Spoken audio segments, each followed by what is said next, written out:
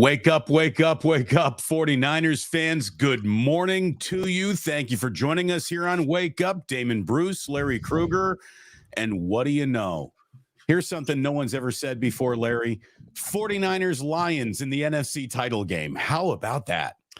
Wow. Yeah, I really thought we would see this when I saw the matchups, and here it is. Detroit's not an accident. They got 7 awesome players. I mean, truly awesome. 4 on offense, 3 on defense.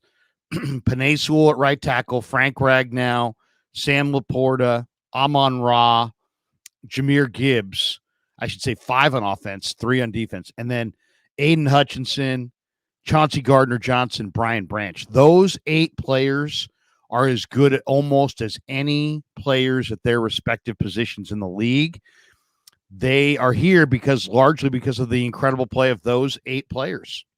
And how about the fact that Frank Ragnow probably spent more time getting coverage than any center in a divisional round has ever received because of the injury and him sticking it out and gutting it out and really opening up some big holes and big moments for the Lions as they edge out and win in gritty fashion. You had a couple of nail biters to go along with the nail biter that the 49ers served up on Saturday night. It was only the Ravens who can say, but for a half, they had a pretty easy route to host the championship game over in their conference.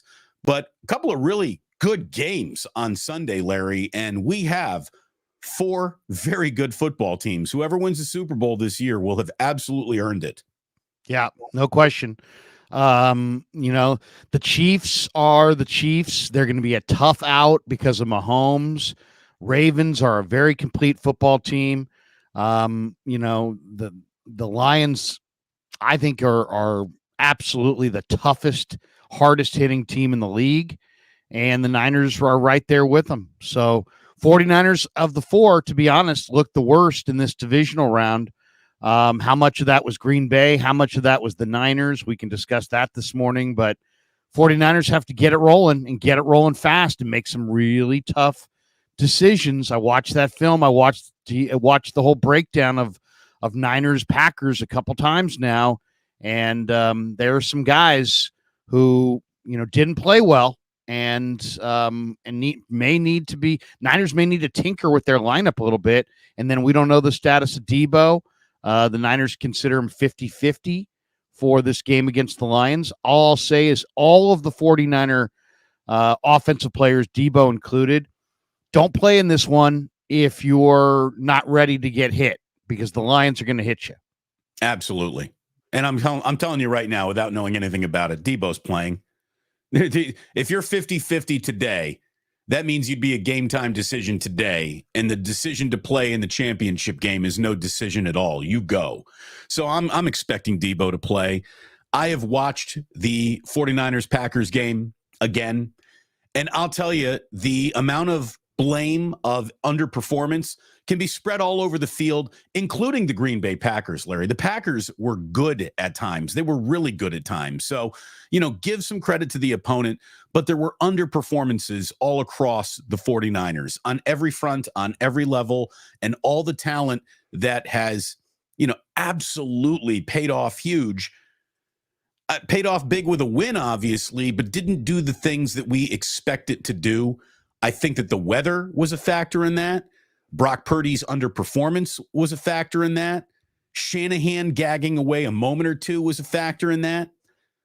And having said all of that, as critical of a lens as you want to put on that game, and we went through it with a fine-tooth comb on a special Sunday edition of Wake Up, which we did right after the 49ers Packers went to bed on Saturday night. You and I were back at it, and on Sunday morning, it's great to have everyone here this Monday morning. Thanks for starting your week with us. Boy, you take away those Ambry Thomas PIs, Larry, and you take away that special teams return, and that game just feels so much differently. It feels so much differently. The 49ers defense didn't have as bad of a day as it felt as it was having it. It really didn't. No, I agree. There were breakdowns. And Logan Ryan, for example, I thought was horrible against the run. And if Jair Brown's able to going forward, I think they got to make that switch, man. You can't have a safety who's just kind of out there, in the vicinity of the running back. You need a safety that's going to come down and strike the running back. And I don't think Logan Ryan is that guy. And look, they need to tackle better. This is a concern that we thought with the rest would have been alleviated with Eric Armstead being back out on the field. It was going to provide some relief there. It really didn't. And I do think that, there's probably not a lot of hard coaching in between a divisional win and the title game. It's all prep and kind of walk through and getting ready. But if the 49ers want to have a full practice on Wednesday and work on tackling, I'm cool with that. And they should be cool with that too. They need it. They really do. And I know for a fact, if tackling were a problem in Detroit, Dan Campbell would have a live practice this week. And Larry, I think that's where I want to start this conversation about this matchup. Because I think, by the way, not to interrupt you, but 9 missed tackles for the Niners against Green Bay. 9. Yeah, that feels like about 8 too many. It really does. Yeah. Dan Campbell and Kyle Shanahan are completely different human beings. Like down to their core and how they eat breakfast, they're different. I really believe that. They go about things in totally different ways. And in this season of football, they're sitting in a game, which means they've delivered certainly comparable results. Both teams 12-5. It shows you that there's more one way to skin a cat. I think Kyle absolutely relishes his, professorial sort of approach to the game of football as much as Dan Campbell relishes his I'm a former player who is now a coach, and he embraces, and I mean this in the best possible way, he embraces all the personality traits of being a meathead, and it absolutely is a source of energy that his own team feeds off of. You and I had a lot of fun with this. Doesn't matter if you have one ass cheek and 3 toes. I will beat your ass. That is who he is. I mean, I really mean it. That should go on Dan Campbell's tombstone one day because it explains who he is. He's a guy who doesn't talk like a trained media professional because he's not dealing with trained media professionals unless he's in the actual press conference and they eat up everything he says anyways. This is a guy who really knows how to talk to his players and identify with them because he was a former player. Now, Kyle does it in a much different way. Just as effective, if not already proven more effective. Kyle lets everyone know not just how to do it, but why it's being done. He is more of a teacher, where Dan Campbell is more of a gym teacher. But they both have worlds to live and succeed in and thrive in the NFL. It shows you that there are different ways to go about finding success in this league. It's an incredible difference of head coaches who are both now going after the same thing. No doubt. No doubt. Dan Campbell, I think a lot of us thought, oh, man. I mean, Dan Campbell played for the team that I root for in college football, Texas A&M, and he is a tough guy. He's a tough guy. But you know what I love about him? He's real. And when you're the one thing you have to be, and so's Kyle Shanahan, by the way, as far as he doesn't have the ridiculous toughness of Dan Campbell, but he's real. Why do guys run through a wall for Kyle Shanahan? Because he shoots you straight. You may not like to hear it, Jimmy Ward, but he shoots you straight. He tells you what's up. And if that means he's got to be harsh, then he's harsh. But Dan Campbell is an incredible leader. He has done what so many have talked about doing, which is we're going to change a culture. He went into Detroit. We know the culture of Detroit football. They're losers, and they've always been losers. I mean, not always, but for all of our lifetime. And that's a long time. We're talking about 50 years of losing. So they're losers, and he's made them winners. And his guys play. Now, are they the most talented team? They got, as I said, they've got 8 great players, but they also have some weaknesses. And they can be beat, but he's captivating in front of a group of people.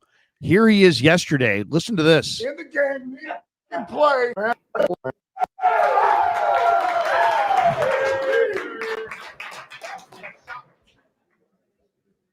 You guys are unbelievable, man. I'm telling you, we talked about it all year. This started a long time ago. You're built for this. You're built for this, man. And look what you guys did. You went out there, and it's another high team that we knocked off. It's the next high team that you knock off. Do you know how hard it is to win in this league in the playoffs? Do you understand what you're doing right now? What we're capable of? That's 2. All right, that's 2. We got 2 to go. With a bye in the middle. So there you go. I mean, a little taste of Dan Campbell there. The guy is real. He's a straight shooter. He's got Brad Holmes is an outstanding young general manager. They're hitting in the draft. They've hit, albeit they've gotten some really high picks because of how bad they've been, right? That the Niners got Nick Bosa. Well, they got Aiden Hutchinson, So, I mean, they're fast. They're physical. They're really tough to stop on offense. They're hard hitting on defense. And bring it on, man. Bring it on. This is going to be a battle royale. Once again, if you're one of these Niner offensive weapons, Kittle's going to get hit. Deebo, I don't know how that shoulder is going to be. Niners need him bad. Chauncey Gardner-Johnson's going to hit him. So the Niners have advantages in this game, and we'll get to them, but do not show up for this game thinking that this is going to be, I think Green Bay could have been better in certain areas than Detroit, but Detroit's harder hitting for sure. And it's going to be incredibly physical. And here's the other one too. The Niner D-line, who didn't sack the quarterback last week. Granted, Green Bay was number 2 pass block win rate. Detroit's 14th, but Detroit will run. Their run blocking O-line is dominating, and the 49er D-line better eat their Wheaties this week, because the 49er D-line is going to have a hard time winning this game. They got 3 really good offensive linemen. Dan Campbell is coming to Santa Clara to run the ball down the 49ers' throat. Make no mistakes about it. Yeah. That's the game plan. It's more of that's the game plan than when Larry and I were talking about, hey, when the Packers get to town, Kyle Shanahan should really figure out a way to get 40, 45 carries out of all that stable of talent in his backfield and blah, blah, blah, blah, blah. And that was a way to go about it, and they didn't really go about it that way, and they still got it done. The Lions aren't getting this done without running the ball down the 49ers' throat. Dan Campbell knows that. And so that's what they're coming to do. Mark my words, mark Larry's words. That's exactly what this team's coming to do. And again, in the postseason, an awful lot rides on the play of your quarterback. And Niners fans went through that almost to the negative in the divisional round, because it was not a great day for Brock Purdy. Maybe wasn't even as bad as some of us thought it was the first time we looked at it. And we'll go back through that game in a minute. But the number one way to beat the Detroit Lions is in the air. They do not do well against an aggressive downfield passing attack. And when it comes to getting beat by downfield passes, the 49ers have given up some big plays downfield, in the air, chunk plays. The Lions really don't attack. Like, they keep Jared Goff in a box that he's successful in. You still want to attach the game manager to him. He shouldn't be offended by it, and he's had great success with it. Jared Goff is 60 minutes away from appearing in his second Super Bowl on another team, and they're still going to call him a system quarterback, Larry. But he takes what is given to him. He's a smart quarterback. Jared Goff he makes the right choices. And in that regard, there's an awful lot of similarity between he and Brock Purdy. He doesn't put the ball at risk. This is something he might have done a little bit too much when he was with Los Angeles. It's changed. And I don't know if Dan Campbell's responsible for that change, or the robust running attack, or more talent around him, or the protection that he gets. But this is a better Jared Goff than we absolutely remember. Going back. And they don't, on Goff, by the way, 67% in the regular season, 30 touchdowns, 12 picks, passer rating of 97.9. He was good against the Bucs yesterday, 287, 2 touchdowns. But the defining characteristic of Detroit, they don't throw deep a lot. They throw deep just 7% of the time. It's the lowest rate in the entire NFL. But what they do is Goff is absolutely laser focused in the short and intermediate areas, and they've got Laporta and obviously Amon-Ra St. Brown, and it's a very difficult thing to stop. So the Niners are going to have to get up on the line of scrimmage and really challenge these guys inside of a 10 to 12 yard box and absolutely challenge every throw. And it's going to be difficult to do because Amon-Ra is a better individual receiver than any of Green Bay's receivers. He had a monster year that probably should have put him in the Pro Bowl.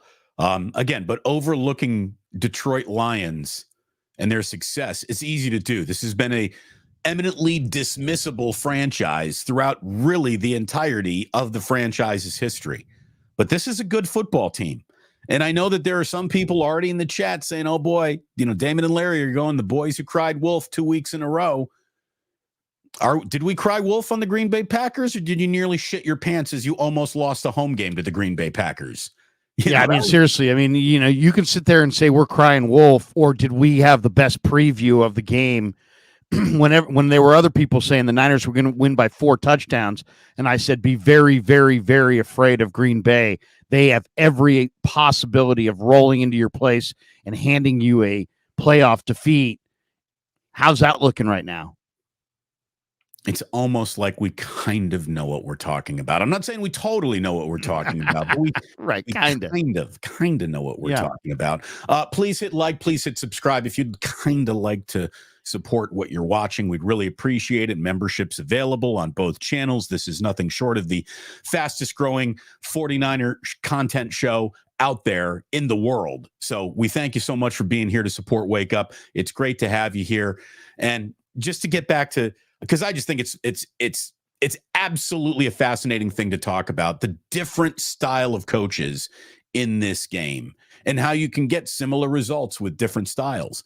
And I really think, Larry, to go back to why these locker rooms buy 2 very different salesmen is because they're authentic. You said it before. That's it. They are authentic. Kyle is who he is, and he doesn't pretend to be anyone he isn't. And sometimes that means he is aloof. He is acting a touch, I think I'm smarter than you. But he's also got the resumes and credentials to back that up. Dan Campbell, I remember when he was hired, Ray Ratto nearly fell out of his chair thinking that this was going to be a failure because NFL locker rooms don't buy rah-rah bullshit, and they really don't. If all it is just rah-rah.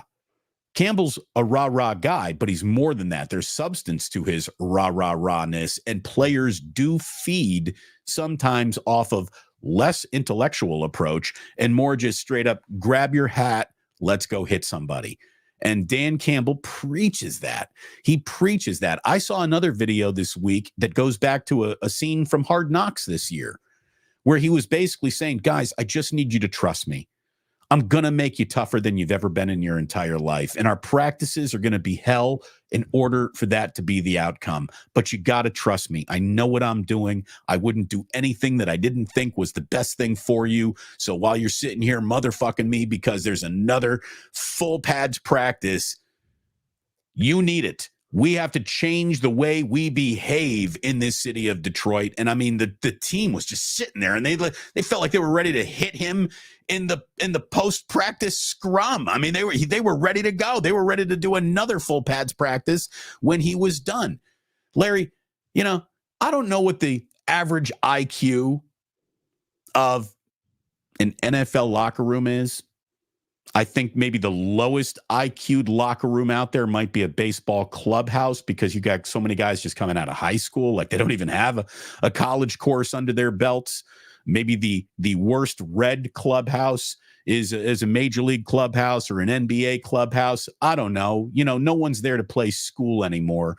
But what every single locker room that I've ever been in and you've ever been in is really good at is detecting bullshit.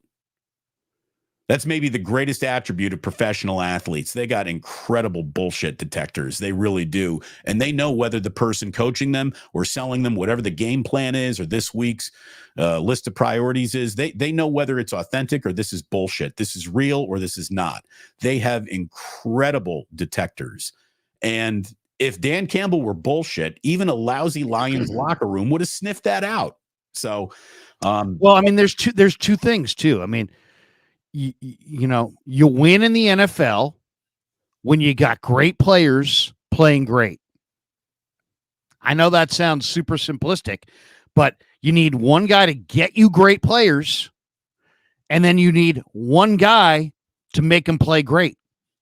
And Dan Campbell will make you play and play as hard as you can. And then he's surrounded himself with Aaron Glenn, who's a terrific young defensive coordinator. And the offensive coordinator is equally great and going to be a head coach in a matter of minutes. And nobody knows Brad Holmes. So let me just tell you about Brad Holmes real quick. He was a Rams director of college scouting from 2013 through 2020. And in that window, the Rams added Aaron Donald, LaMarcus Joyner, some really good players, Rob Havenstein, Cooper Kupp, Todd Gurley, Tyler Higbee, Jared Goff, which is part of the reason that they were happy to take Goff, because Brad Holmes was the guy who originally drafted Goff. He said, I'll take him here.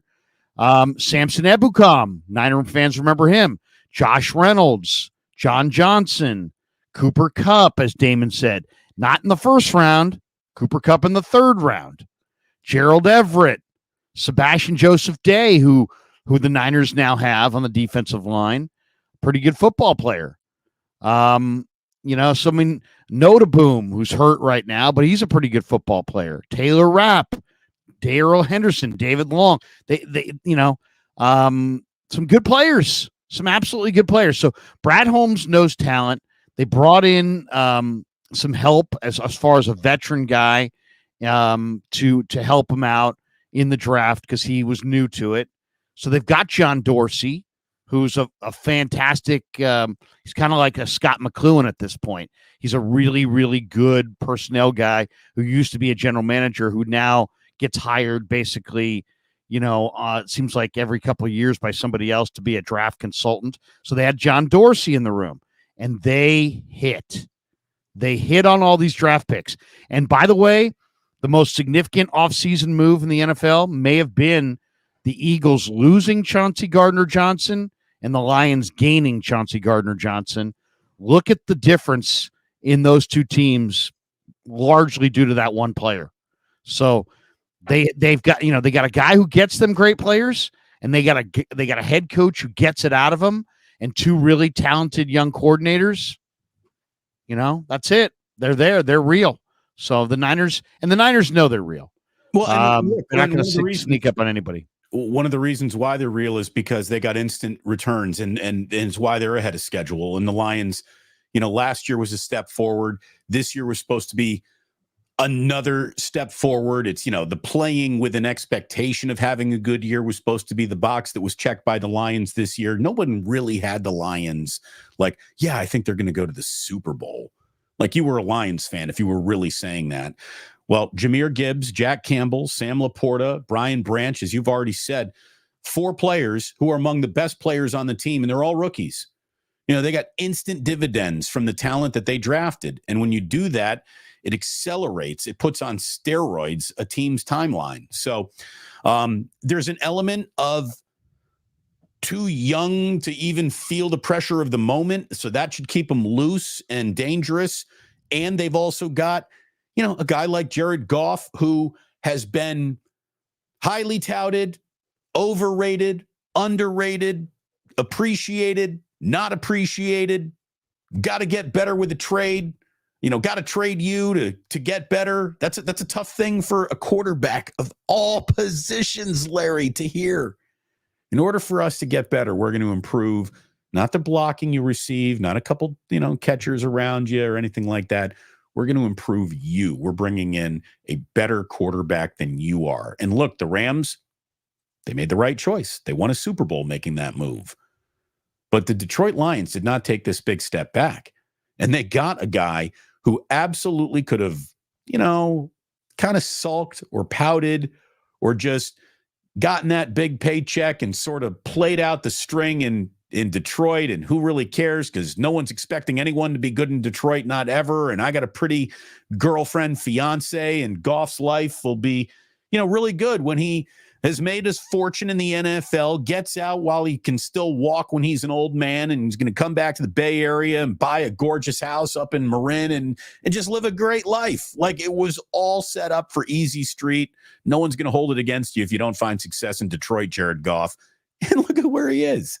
Look at where he is. He's coming back to Santa Clara. He's coming back to Northern California, where he played his high school and college ball, where he grew up, to try to go to the Super Bowl with the Detroit Lions. Which, Larry, brings me to the next point I would like to make about what we're all going to be going through this week. Larry, are you ready for the biggest 49er hate week you've ever lived in your entire life?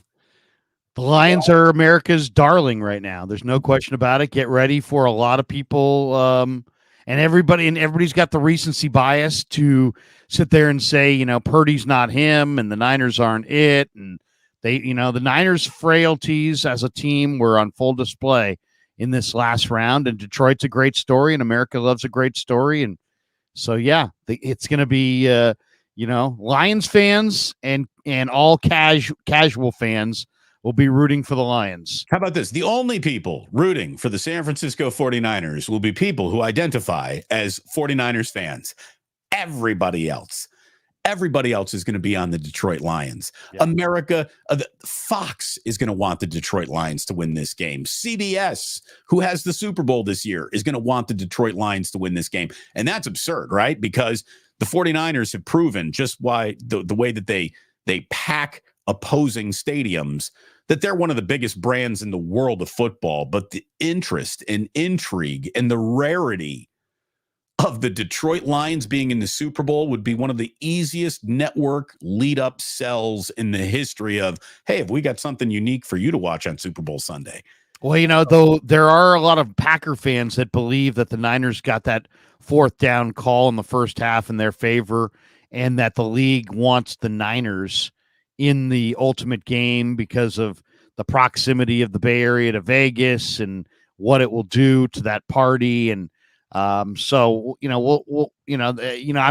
people can, there's a lot of Green Bay fans saying, I think the league wants the Niners, but I think a lot of people would like to see, week one, wasn't it the Lions beating the Kansas City Chiefs at Arrowhead? I could see them wanting that kind of a rematch, but who cares what the league wants? This isn't scripted, and the tougher teams are going to wind up in Super Bowl Sunday. I really believe that. I got a buddy of mine, the only real Lions fan I've ever met. I know one true, honest to God, will go to a sports bar no matter how bad of a year they're having to watch the frickin' Lions. He's the one asshole in the bar going, can you put the Lions game on? Nobody wants to watch that game, buddy. But I remember the very first week of this football season texting him. I'm like, I'm not ripping you, Tommy. This isn't meant to be like a disparaging comment. I'm like, I'm pretty sure that's the biggest win for the Detroit Lions in your lifetime. This is supposed to be a year where maybe something could happen. And they just went into Arrowhead and won in week one. Is that the biggest win of your entire Detroit Lions lifetime? And he wrote back, yes, it is. Absolutely, it is. This is the only day I've ever enjoyed watching the Detroit Lions since Barry Sanders retired, is one of the things he wrote back. And so, hats off to Dan Campbell and his goofiness and his authentic personality. Come on, D's nuts.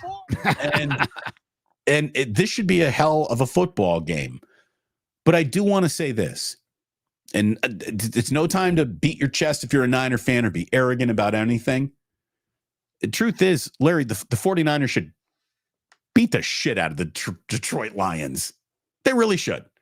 They really should.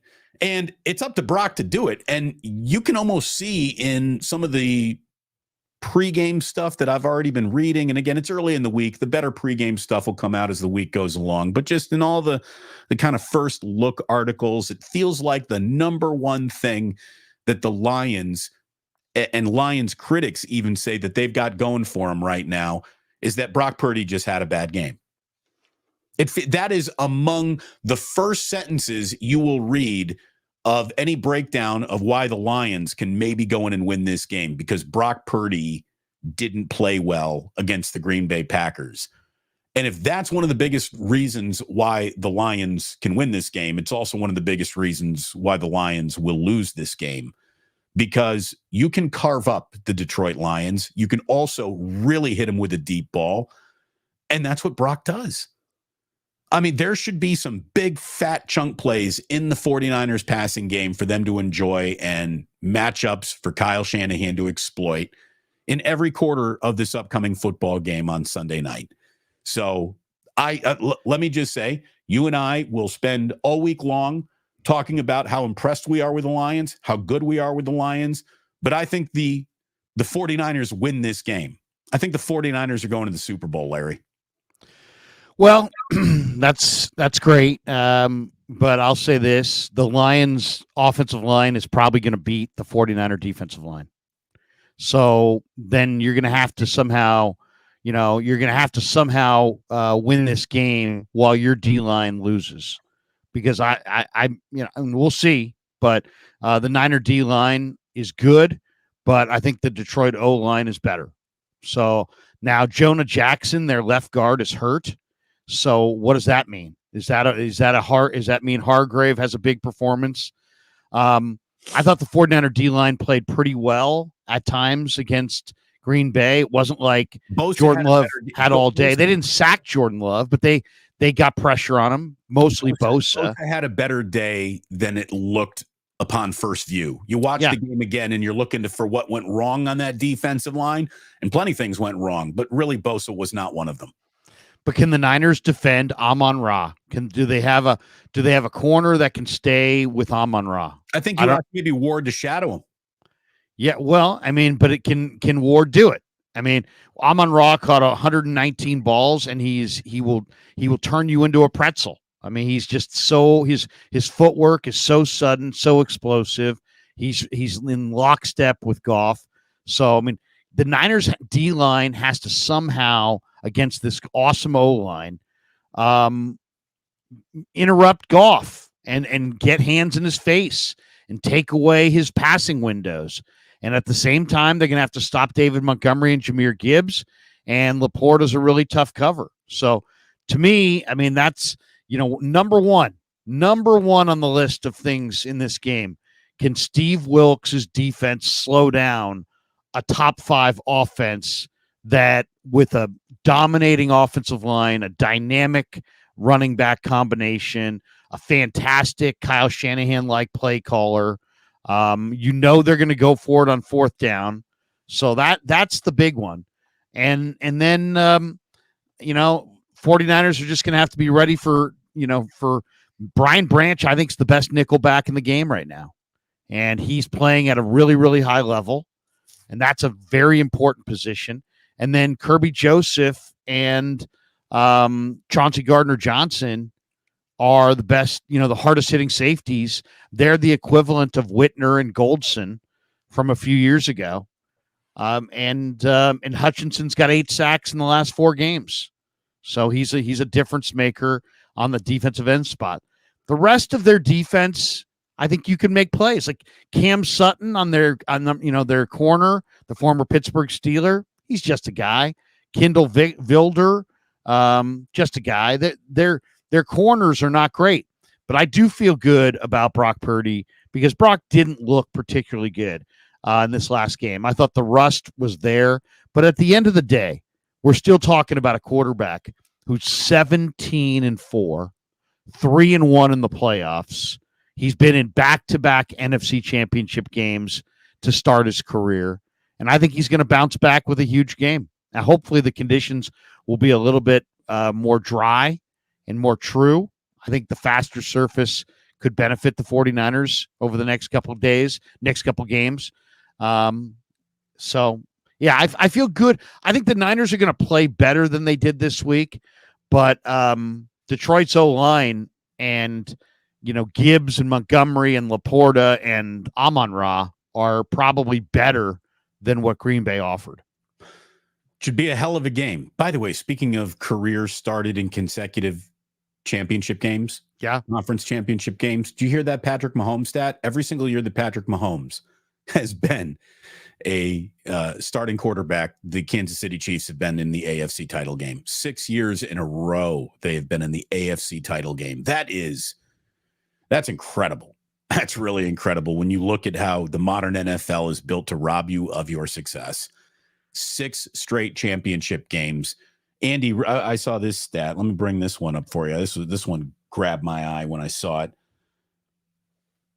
Sunday will be Andy Reid's 11th conference title game as a head coach. He's now been to one more with the Chiefs than he even got to with the Eagles. Isn't that incredible?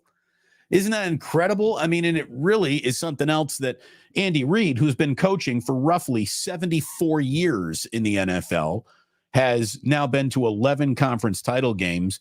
And here is Kyle Shanahan sitting in his 5th, and he's only been a head coach for 7 seasons. Yeah. That's really Kansas City. I mean, and if you're Buffalo today, I mean, you held the ball for over 37 minutes.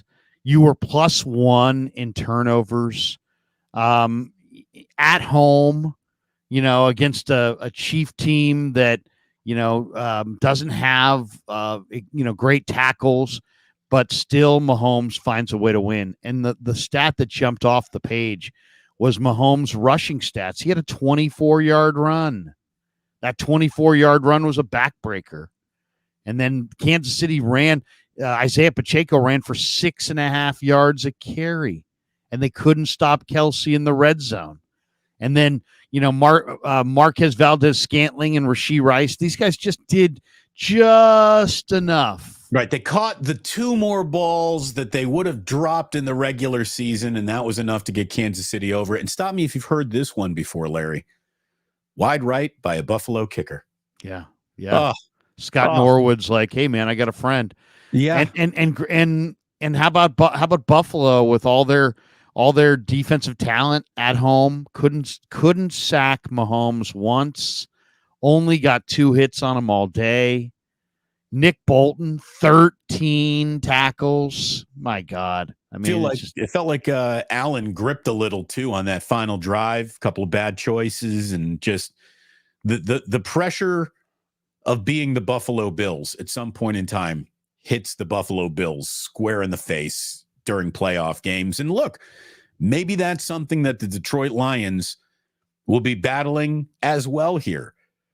There is an extreme historical difference between the 49ers and the Lions. I mean, it couldn't be more.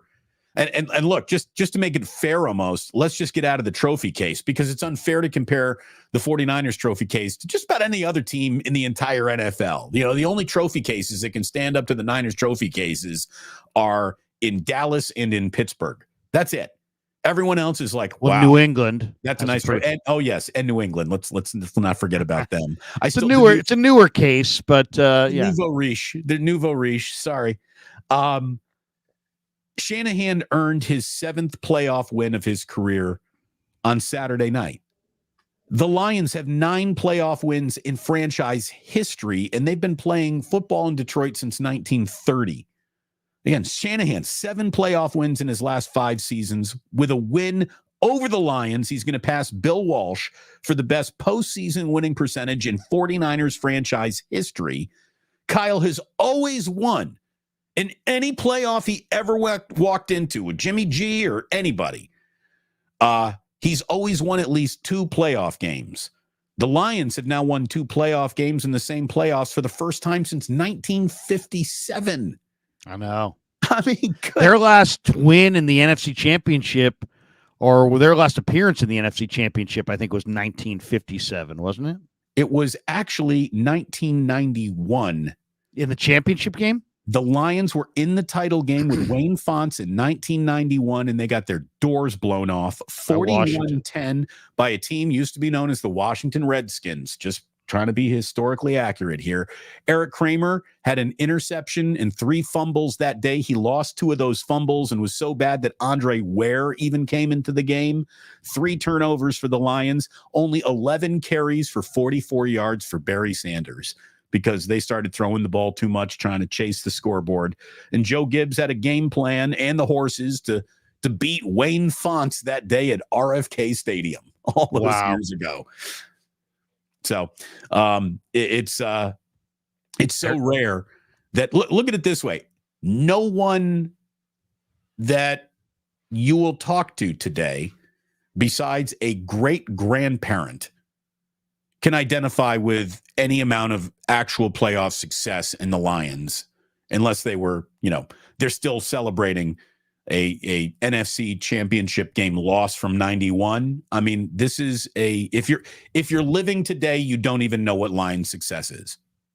If you're alive right now, certainly if you're watching right now, you have no idea what Lions success is. Maybe if you're listening to the radio, maybe if you're so old you actually still listen to the radio, you might know that. But Larry, anybody who is young and hip enough to be over here on YouTube watching us has no idea what it's like to be a happy Lions fan. Like, it doesn't exist. Now, here's a little something that is unique about all of this too. Larry, do you realize if the Niners beat the Lions on Sunday, not only are they going to the Super Bowl, but they're going to the Super Bowl having beaten every single team in the NFC that qualified for the playoffs? I don't know how often that has ever happened in football history, that the Super Bowl representative from a conference beat every single team that qualified in their own conference for a postseason. They got wins over the Rams, obviously, the Cowboys, the Eagles, the Buccaneers, and the Packers. And if they beat the Lions, they will have beaten every single team in the postseason. So that's an impressive, look, it's been an impressive year of 49ers football. They've been one of the best teams in football all season long. And that's why we have said, we started this year, you and I think we always try to encourage people to stay in the moment and enjoy the ride. It can't just all be about the destination. But we agreed this season for the 49ers begins in the NFC title game. They must be there. So on that note, the way on the front, really welcome everybody to football season. It's official now. It's underway. Football season has begun for 49ers fans.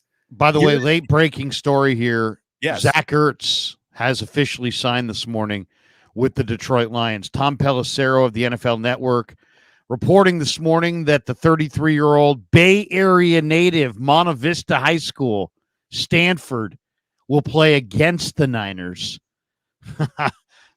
He's going to start on the practice squad, but there are plans to elevate him for the NFC Championship game. So there you go. Zach Ertz is now the 3-time Pro Bowler. Will give Jared Goff one more weapon. So I'm not going to say too little, too late. When you got talent, when you're a good player, you can make a big play, and one big play can be the difference in a game of this magnitude. That should have happened weeks ago if I was supposed to be afraid of it. Straight up. Like, were you telling me Zach Ertz, who's been feet up for months now, is going to be that big of a difference for the Lions in 6 days? Well, you never know. He can't hurt. No. I don't think he can hurt. We'll see. We'll see what he looks like. That's for sure.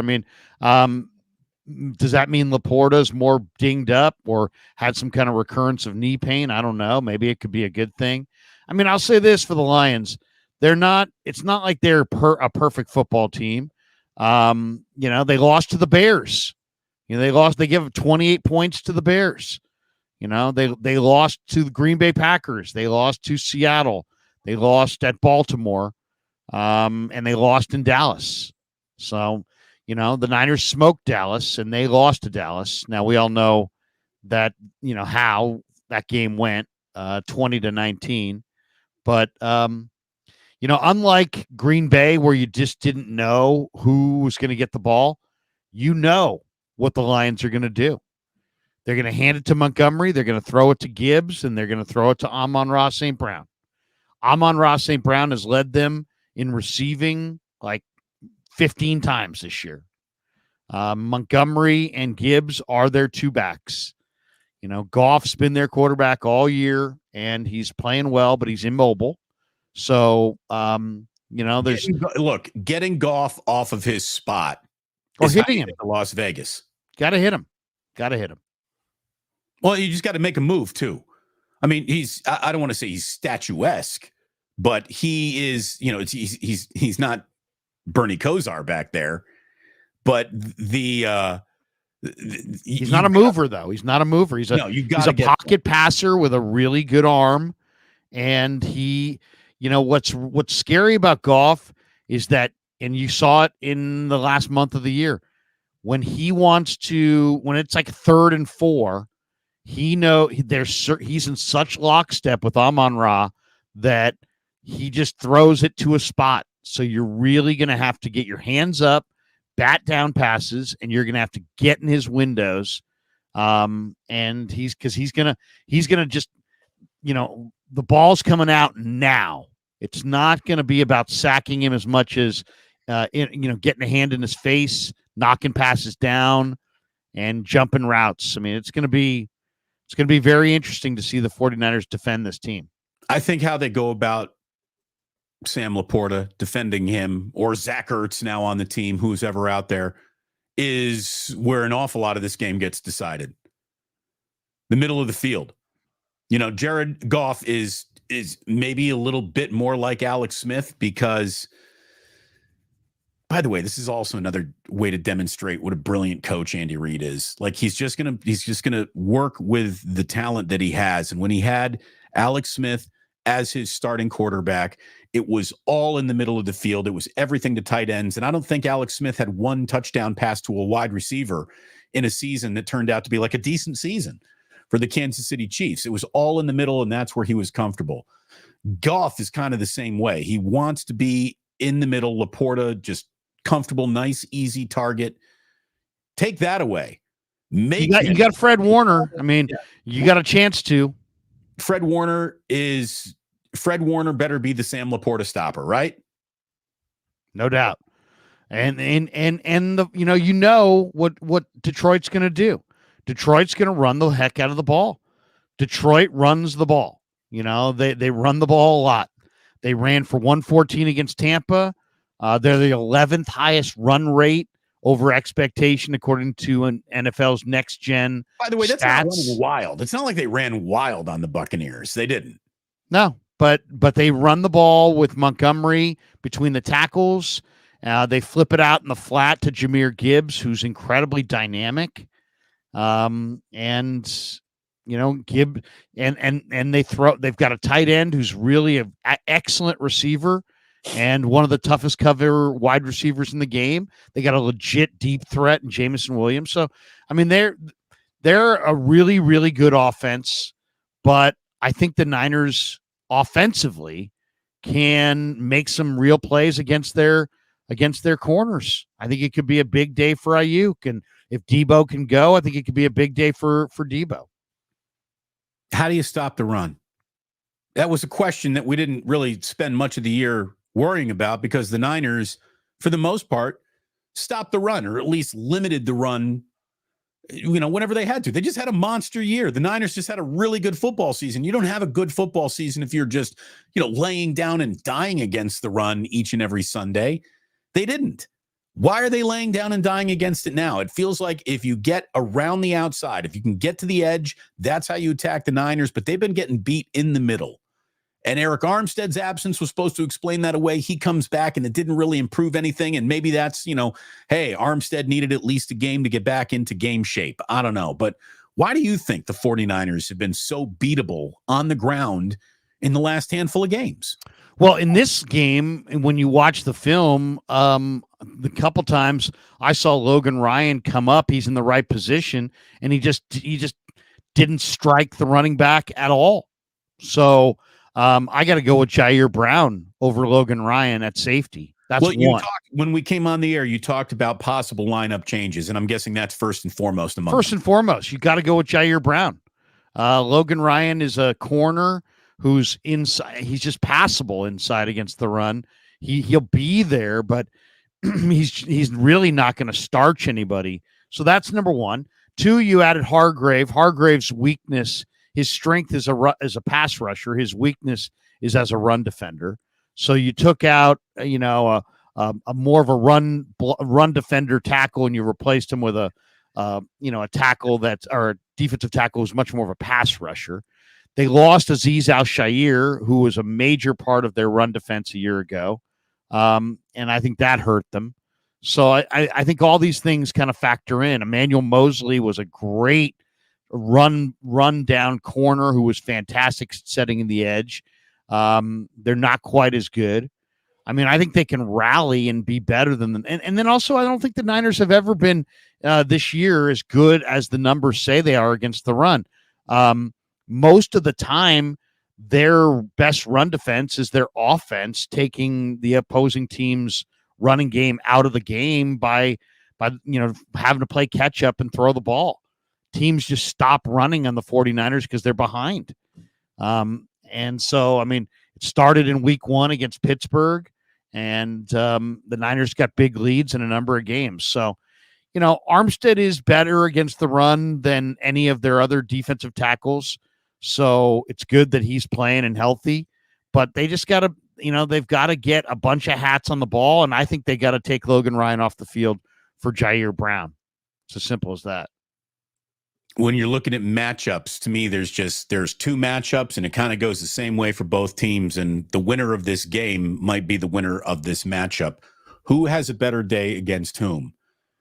Adrian Hutchinson against Colton McKivitz, or Bosa against Penei Sewell? Who's going to have the better day? And the answer to that question is maybe who goes to Las Vegas. You got two of the best players going after two right tackles who are kind of different, right? Sewell might be the best right tackle in football. I don't think McKivitz has been called that by anybody, not even Mrs. McKivitz, So Hutchinson is a beast. He really is. And Kyle might need to have a little extra help against him. You need to treat him. McKivitz might need a little help this week, I guess is what I'm trying to say. Kyle Juszczyk, you're going to be a red alert over on the right side. And the ball's going to have to come out fast, I think they did a decent job this week of pass protection. I mean, the nice thing about going against Detroit is where where Aiden Hutchinson is. I mean, you can slide your line over towards him, and throw an extra body his way. I don't think Josh Paschal, the former Kentucky defensive end, is anything close to Hutchinson. I like Aleem McNeil, but I mean, I think Hutchinson. I mean, this is why I think Detroit could be a year ahead of their time here. Is that on all three levels of their defense, they've got some great players, but also they've got some just okay players. Anzalone's a little beat up right now at linebacker. Their defensive line outside of Hutchinson is not spectacular. Their corners are not spectacular. So, I mean, there's the Niners should be able to have success offensively in this game. And then it's going to be about, can you get a hand in Goff's face? Can you interrupt his rhythm? Can you get in the passing lanes? I mean, you know who you got to handle here. You got to slide your line towards Hutchinson on offense. And on defense, you have to try to take away Amon-Ra. You've got to try to get between Goff and Amon-Ra. You got to cover Gibbs out of the backfield.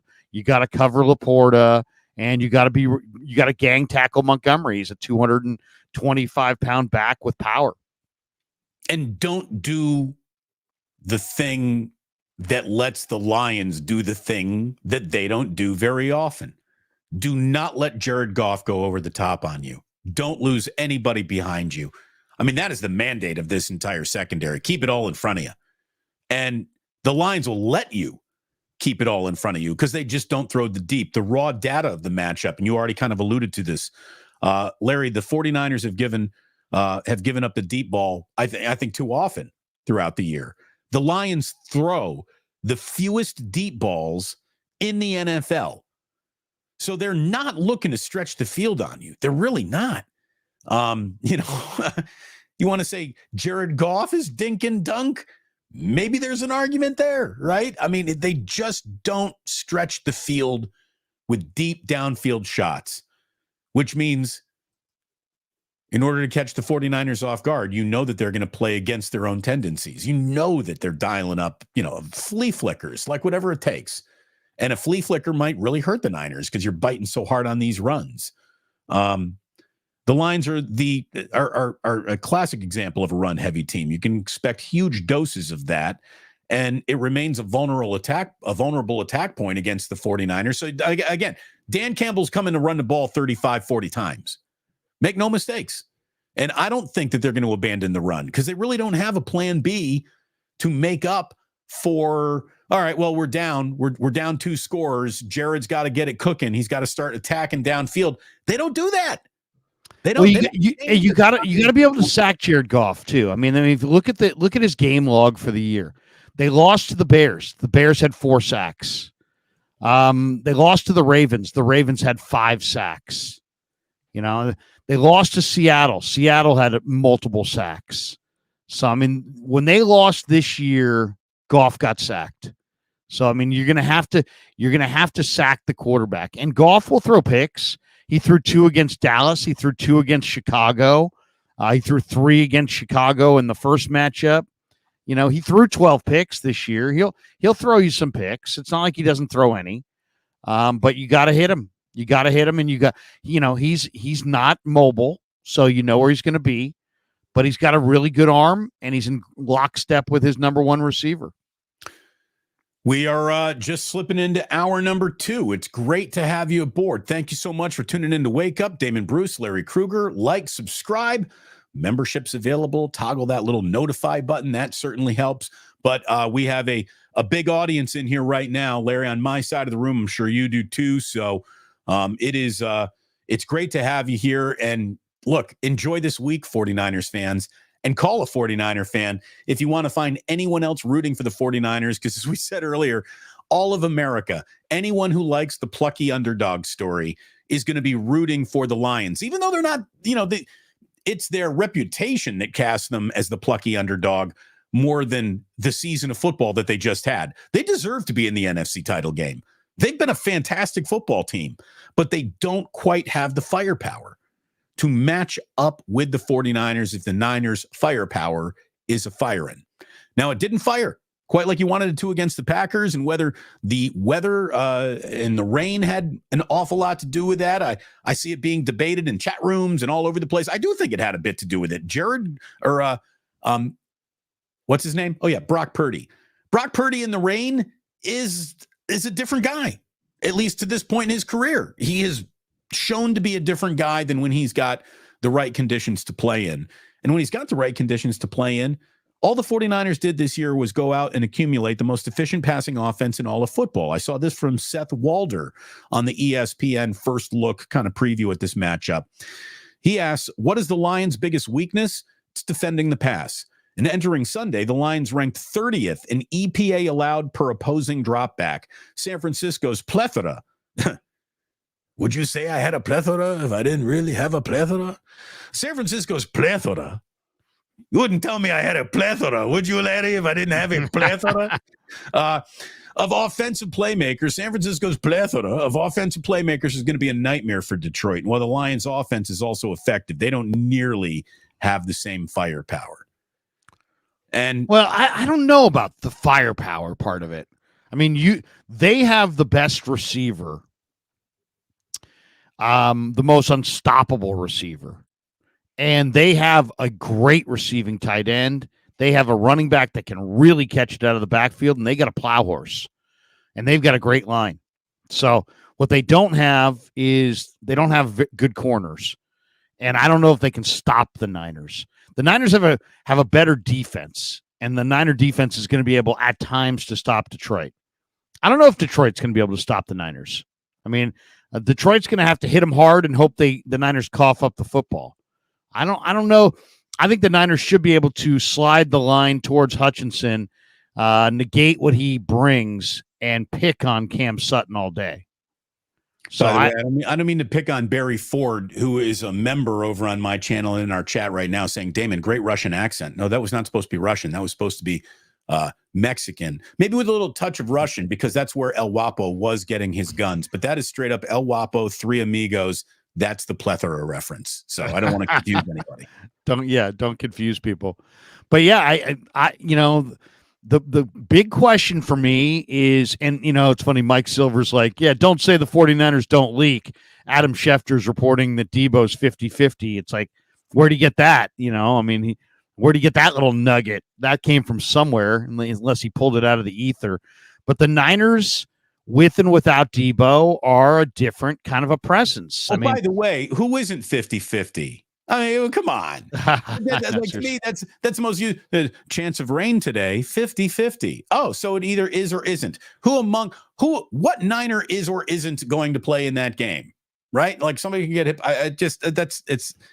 Here's the deal, 50-50. Kyle speaks later today. We'll have more concrete data at 3:30 today. He has a presser this afternoon. But the Niners averaged 7.1 yards per play with Deebo on the field during the regular season. That number fell to 5.7 yards per play when he wasn't on the field.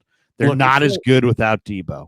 If you're 50-50 on the Monday of championship week, you're fucking playing. What are we talking about? He's going to go. He's going to go. Not playing this game. I would imagine he's going to go. Of course he's going. How about this? Even if there were only a 30% chance he was playing, he's going. It's the title game. This is the question is, how long is he going to be in the game before Chauncey Gardner-Johnson's going to hit him hard on that shoulder? And then we'll see. But that to me, this is going to be a absolute bloodbath. Shanahan has talked in the past about, this is a ice bag game. Well, guess what? This is a 3 ice bag game, because this is the hardest hitting team in football outside of the Niners. Well, that's Niners and the Lions will hit you hard. I'm going to put the Ravens into that category, and boy, there's some serious licks being thrown around by that Kansas City defense. The Kansas City defense is why they are where they are this year. Yeah. Not their offense. It's really not Mahomes. That defense is nasty too. Both championships games are going to be incredibly hard hitting. I can't really remember the soft hitting championship game of my lifetime. I didn't get the note on that. So, but not every team is as physical as this Lions team. This Lions team mirrors Dan Campbell, and they're hard hitting. And then you see Dre Greenlaw. Dre Greenlaw is a monster hitter.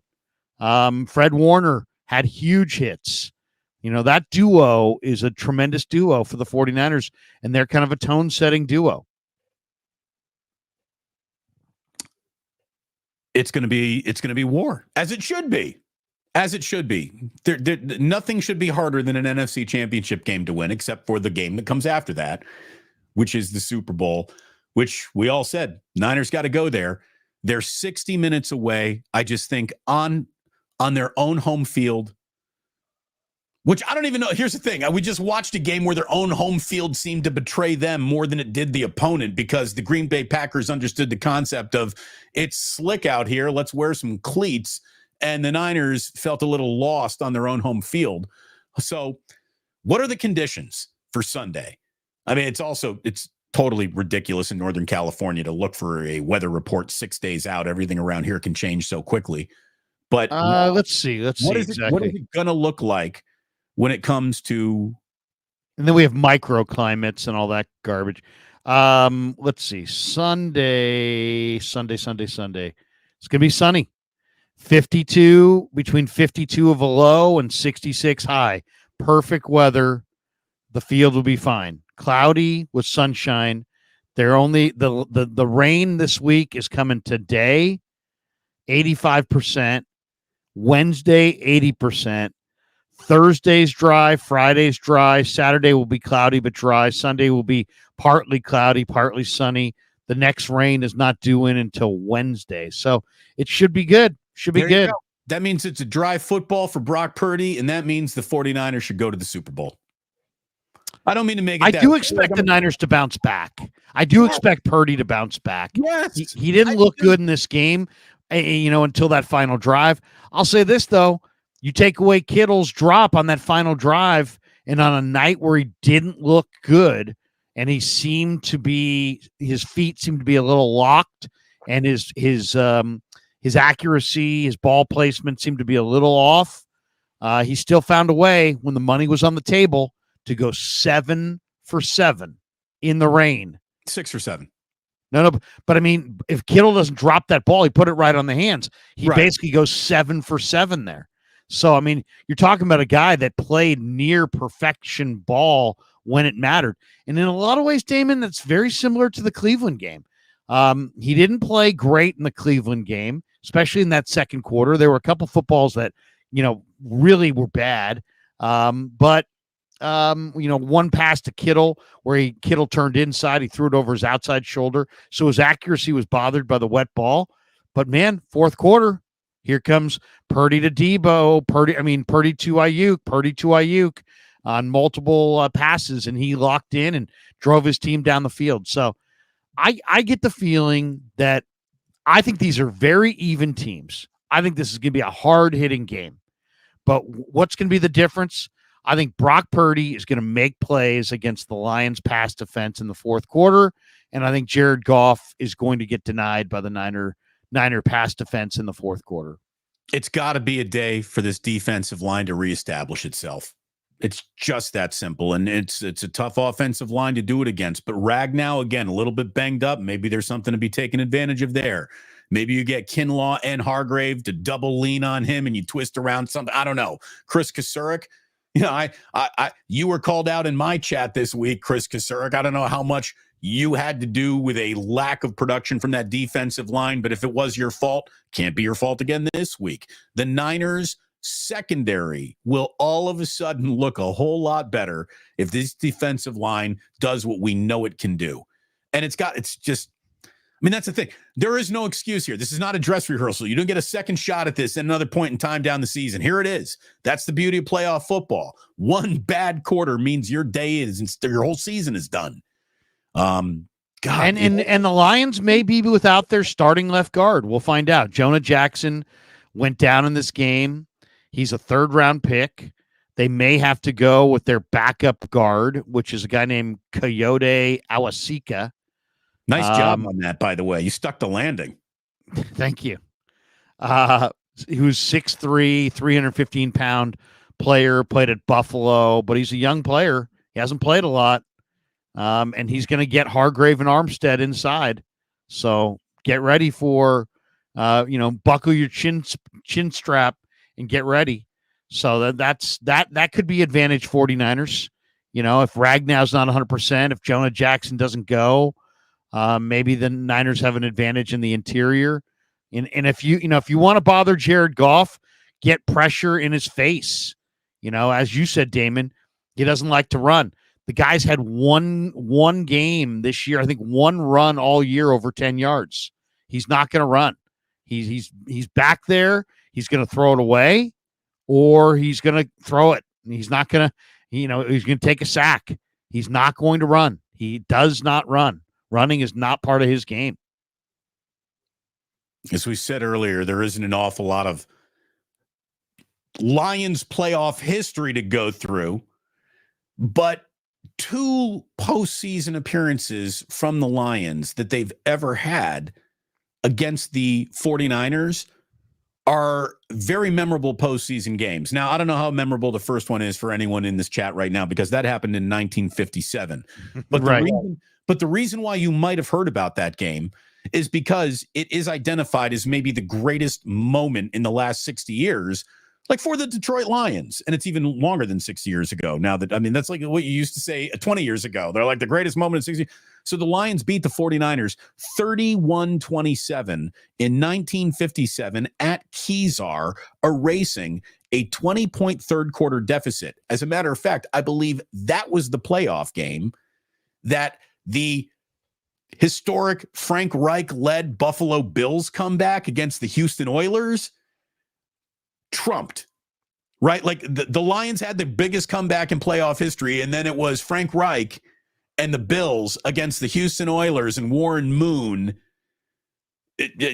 coming back from even further behind to win a playoff game.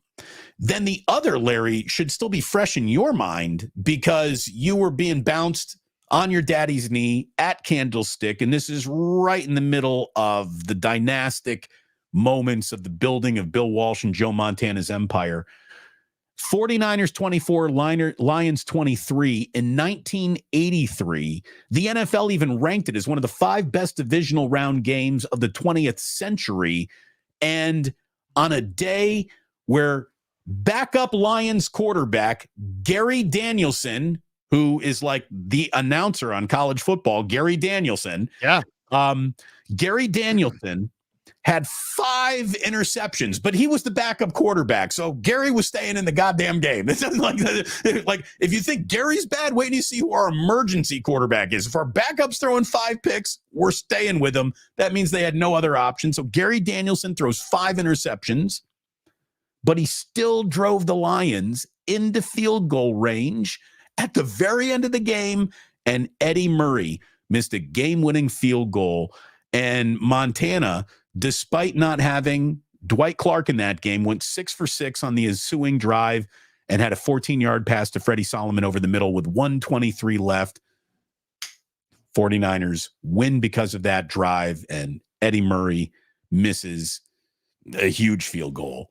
And there you go. It's just something about playoffs. Niners go on to RFK and lose to the Skins in the NFC Championship game, a game that had bad calls and fueled the whole 84 15-1 season. Yeah, I mean the Niners won it all in 81. 82 was the strike year. 83 they could have won it all. Lost that NFC Championship game. 84 they made no doubt that they were going to win it all. Right. And it was lost once all year. And then, I mean, there would have been more Super Bowls right there, but then 2 of the single greatest NFC defensive football teams of all time just happened to be waiting for them in 1985 and in 1986. 85 was the Bears. 86 was the Lawrence Taylor is blowing lines off of hookers' butts. Just the Niners lost both years to the Giants. Yeah. 85, 17-3, I think. 86, 49-3. Whatever it was. Maybe I'm confusing those two, but one was 17-3. The other was like 49-3. Joe Montana got knocked out by Jim Burt. 85 was the year of the Bear. I mean, that's the thing. People talk about the NFL right now. They hate the greatest run in the NFL. 84 Niners, 85 Bears, 86 Giants, 87 Redskins, 88 Niners, 89 Niners. And that brings us right to the triplets. I mean, that's right. Those were all those teams, I think, would beat almost any team of this era. So, all those teams. Larry, is this because nostalgia is a powerful drug and everything when you're a kid or a teenager is bigger around you when you're adult? Like, have you ever gone back and visited your high school and you can't help but notice, geez, did all these hallways shrink or did I get bigger? Like, everything feels so much bigger when you're a kid, right? I don't think so. I mean, I know what you're saying totally, but I don't think so, man. I don't think it is either. And there was literally a rule book that existed back in those days where manly men got to dictate how a football game was played. I mean, the offenses went backwards against the 85 Bears. Right. They went backwards. And the 86 Giants, you're talking about LT, but Carl Banks, Pepper Johnson, Gary Reasons, Leonard, I mean, just awesome players all throughout. Phil Simms. I mean, it was a really good, the 86 Giants were really, really good. 87 Redskins were really, really good. And the Niners in the late 80s, potentially could have won 3 in a row. That was Montana at his apex with Rice. So I really think that in that early 80s, mid 80s into the 90s, what you had was everybody in the NFL at that point in time was playing a level of caveman football. I mean, it was club somebody and eat by an open fire. I mean, it was just serious, nasty fucking football where, there were normal hits that would never draw a flag today would get you arrested. Like they would literally come out and arrest somebody right off a football field in modern football for some of the hits that didn't even draw flags back in the day. And then what you had, especially with the Niners and Bill Walsh, was the marriage of that caveman football to true offensive skill and real talent. And then these teams stayed together and you had continuity. So the 49ers that you were facing in 1984 were basically the same group of guys from 1981, and they were just... You're right. There was continuity. Also, it was the era of the thumper safety. Oh, yeah. The Vikings had Joey Browner. The Niners had Ronnie Lott. The Broncos had Steve Atwater. The Bears had Dave Duerson. I mean, everybody had that guy, Gary Fensick. Everybody had that monster hitter at safety. Now the safety position has evolved where if you can't cover, you can't play. You want to know who one of my favorites was? John Lynch. Oh, dude, John. How about Chuck Cecil? Chuck Cecil. And maybe my single favorite safety of all time was Steve Atwater. I'll tell you, mine was Ronnie, but you know who was absolutely devastating? David Fulcher.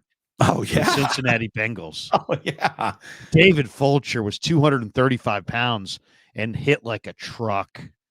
I'll give you another one. Jeff Fuller.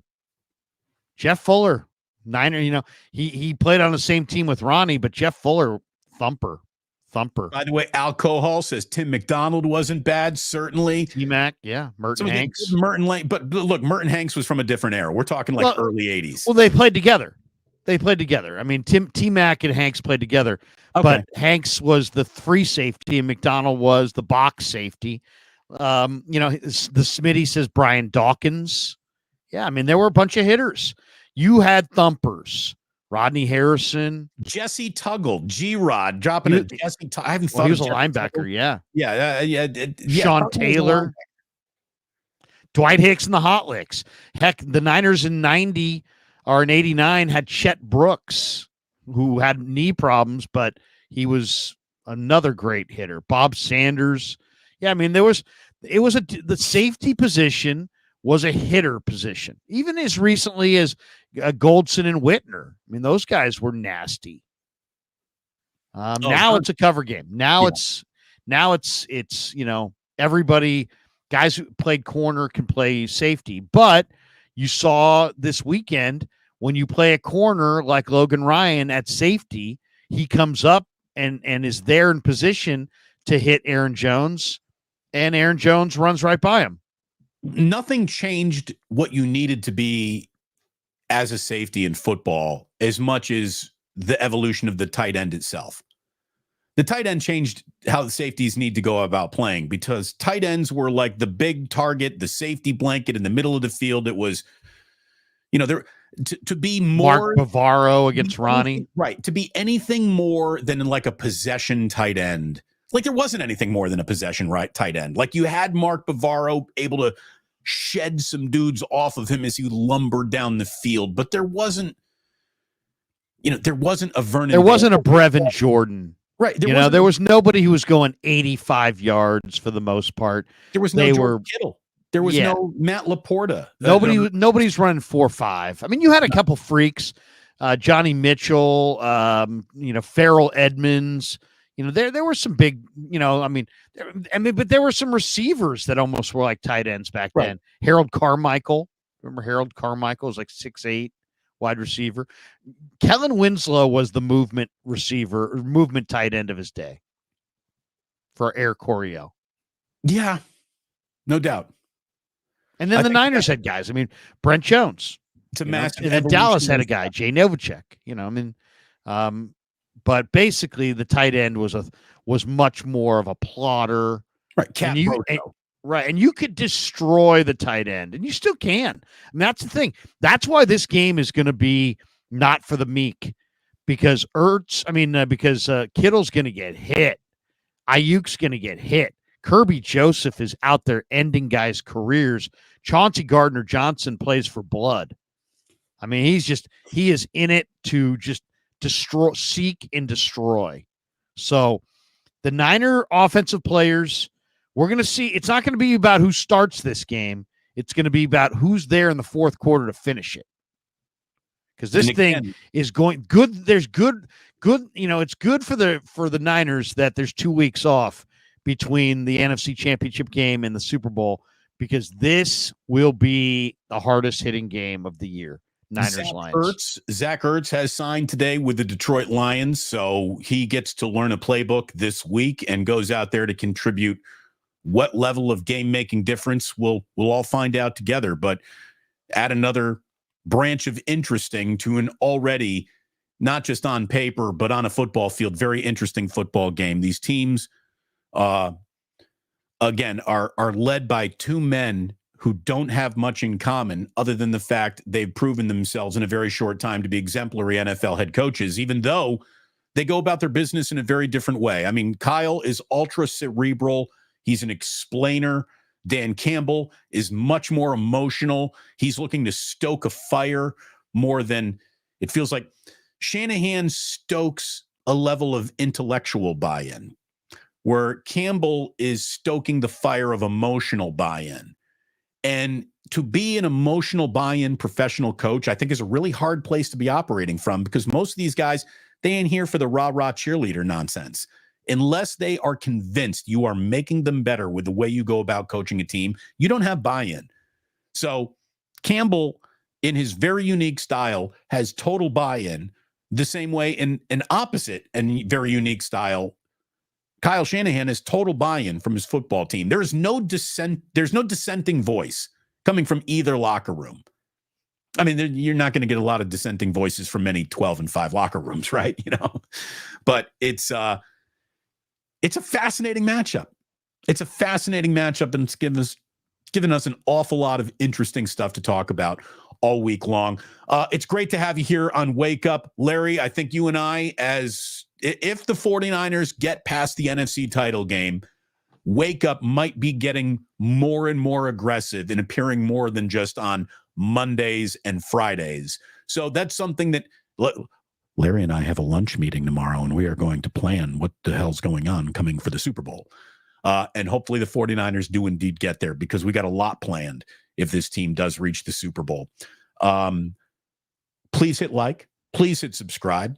Memberships available on both channels. You want to come out and support us, it's a wonderful way to do it. But again, just hitting like, just hitting subscribe means an awful lot. Larry, we've got a whole bunch of chats starred, which means the super chats are coming in. I saw somebody saying, if I offer up a super chat early in the show, I don't really have 2 hours all the time to watch it. Could you guys get to them a little bit earlier in the show? So here we go. Let's do it. Here we go. Let's do it right here. Here we go. Glock Holiday. What is it about Brock Purdy that sports pundits love to hate? I've heard nothing but Jordan Love praise, despite his stats being worse than Brock. It's fashionable. It's a great way to receive attention. He was also, here's the thing. Half the sports pundits, remember this. This is so important to remember as you're watching sports punditry on TV. They're being told what to say, and they're also being told what to expect. And no one told them to expect Brock Purdy to be better than you think he was going to be. And since there's not a lot of independent thought until they're told it's time to respect Brock Purdy, they won't. Well, it's the same reason that, the 49ers are such a popular team. The Niners travel. Why? Because they're an iconic brand. You could probably make an argument of the four teams left, the 49ers have the biggest fan base. It's not even a question. Bigger than Kansas City, bigger than Baltimore, bigger than Detroit. The Niners have fans all over the globe. Why? Joe Montana, Jerry Rice, Steve Young, Ronnie Lott. There's Niners fans. There's NFL fans of the 80s, NFL fans of the 90s. The Niners have given you, the natural football fan, especially if you're have no allegiance. You're not regionally tied to a team. You want to bet a team. I mean, I was as a little boy, I was a fan of the Pittsburgh Steelers. Why? Because they were in the playoffs every year, and my team wasn't. So I mean, I would, and there were tons of fans of the Dallas Cowboys. When we used to play football at recess, nobody wanted to be Steve DeBerg. Everybody wanted to be Roger Staubach or Terry Bradshaw or Fran Tarkenton. I'm going to run around like Fran Tarkenton. So that's the way it is. So the Niners have that's how old Larry is, everybody. He's Fran Tarkenton level old. Yeah, seriously. I mean, Fran Tarkenton used to run around. So like when people would run around, do figure eights, it would be like, hey man, I'm Fran Tarkenton. But it was Terry Bradshaw and Roger Staubach, and those were the Cowboys and the Steelers. So those are iconic brands, and the Niners have the biggest fan base. So going at a 49er is a 49er quarterback is a great way to get clicks and a great way to get attention and a great way to get traction with the audience. Look, the 49ers, and this isn't biased because it's a team that I cover or a city that I live in now. I think the 49ers are one of the 5 biggest brands in American sports. Cowboys truly are a unique place to be operating from. It's Cowboys, Yankees, Lakers, Niners, and then a huge debate can be had for who fits that 5th column of just, massive interest. I'll say this. First time I'm ever in Europe.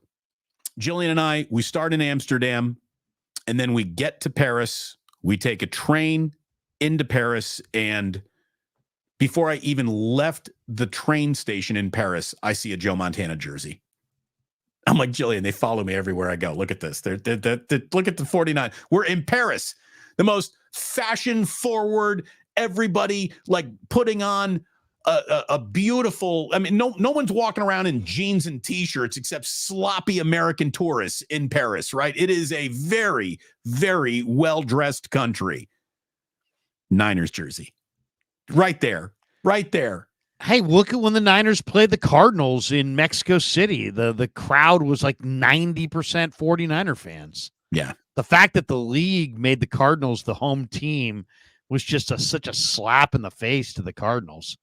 Yeah, we're gonna have you guys be the home team in a game where 90% of the fans are gonna be rooting hard against you.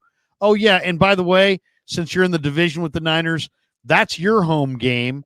You're gonna play at their stadium in Santa Clara for their home game. So I mean, it's like Cardinals just got the they got screwed there. We got this one from Cryptic. He says, I know it doesn't compare, but this matchup has a feeling of Harbaugh versus Carroll playoff game. Defenses are not nowhere close, but physicality will be there. The cornerback wide receiver hating is there. Detroit is not scared. Oh, no, Detroit is not scared. They're going to be hard hitting, but guess what? The Niners are going to be pretty hard hitting as well. I think there might have been an element of the Packers, felt like they're ahead of schedule. The Lions in their own locker room believe they're on schedule. They thought that they were going to have this year. I didn't. They did. Yeah. And they were right until, they lost Mosley, and now, the Lions corners are not great. And every team left should be able to throw the ball on the Lions. But the Lions also, are going to play some ball control, and they've got really good weapons and a terrific line, and Jared Goff playing well. But hopefully the Niner defense can take him out of rhythm. Words of Wisdom says, make T-shirts that say, play like someone slapped your mama. Need that Charles Haley locker room player who's going to make sure we play up to standards. Is that a direct Charles Haley quote? I don't know. I don't know, but it should be. Mike Baker says, why Kyle not using the best weapons at critical times? Why is Kyle not using the who's he not using? I mean, Ayuk. I mean, I would imagine Green Bay tried to take Ayuk away. I mean, But I mean, Ayuk's got to touch the ball more than 3 times, especially in this game against these Lions corners, and with Deebo not being 100%. This has got to be a 100-yard day for Brandon Ayuk. Got to get him 100 yards. And don't abandon the running game. It doesn't have to be a force feeding of Christian McCaffrey. As a matter of fact, I'd like to see Elijah Mitchell and Mason involved. And I think as Kyle sits around thinking, what can I do differently this week as opposed to last week? I hope he realizes, I should stick with what got me here. And what got me here is running the football. So I even though what also got the Niners here is an incredibly efficient passing game, maybe the most efficient in the NFL. And I think that Kyle needs to understand that even though he's got that, he shouldn't ignore the other thing that he's got. And he knows it. Again, they don't go 12-5 if he doesn't know that. I just think he got a Lions are good against the run, 3-7 a carry, but their linebackers are not great in coverage. So to me, the game plan is real simple as far as going against Aiden Hutchinson. Make him beat 2 guys. Let him go one-on-one with the tackle and then just have a guy sitting there waiting for him if he wins. So, you don't combo block him and let him split it. You let McKivitz or Trent go at him one-on-one, and then you have a guy sitting there off the shoulder. And when when a guy's got 8 sacks in the last 4 games and he's on a line with 3 other guys that are just okay, you don't let him pile up sack number 9 and sack number 10 and sack number 11. You neutralize him and you slide the protection in his direction and you make him beat double teams and you chip him and you hit him and you take him out of the game as much as you possibly can. 2 years from now, you're not going to be able to do that because they're going to have more personnel around him. Right now, you can. So don't let Aiden Hutchinson ruin your day because he is far and away. It would be like if you had Bosa and nothing. I'm not saying that Aleem McNeil's no good because he's pretty good and Pascal was decent at Kentucky. It's not like these guys are total scrubs, but there's not. It's a one-man wrecking crew up front. Don't let that one man wreck shop. Keena Turner and Hooch says, let's give the Lions and that old hardball handshake like Jim Schwartz in 2011. Cal alum and SF native here. So all the best to Goff, but go Niners on Sunday. Isn't it amazing how many quarterbacks who have come from Northern California? It's like Western Pennsylvania. It's become the cradle of quarterbacks. And, I wonder how much of that has to do with these guys grew up watching Joe and Steve. Tom Brady grew up watching Joe. Jared Goff, Aaron Rodgers. Aaron Rodgers had a Joe Montana t-shirt under his pads when he was at Cal. Jared Goff, grew up watching Steve Young. I got to think that has a lot to do with it. Really do. Yeah, it's sure. There's no doubt that has a lot to do with it, but I do think that you've got, a little bit of a climate that allows for a passing attack to be developed here. It's usually all football season long. You're not dealing with a level of elements like you are in the Northeast. Like if you want to run a high school pass heavy offense in upstate New York, General Winter is going to kick your ass. Yeah, but let's look where the greatest football amateur talent comes out of the state of Texas and Florida. Right. Well, again, Florida, and yet Northern California has produced the best quarterbacks in the last, and many of the top guys. Just the guys that we've named, and there's others. But when you would think they would all come from Florida or Texas, but no, it's NorCal. Ricky Williams, can we please keep Brandon Ayuk? I don't think he's going anywhere. I think they're going to pay him handsomely. Greg Argisi. If you do keep Brandon Ayuk, and you are going to keep Brandon Ayuk, that means Juwan Jennings has 2 games left with the Niners. Yeah, most likely. I think you're right.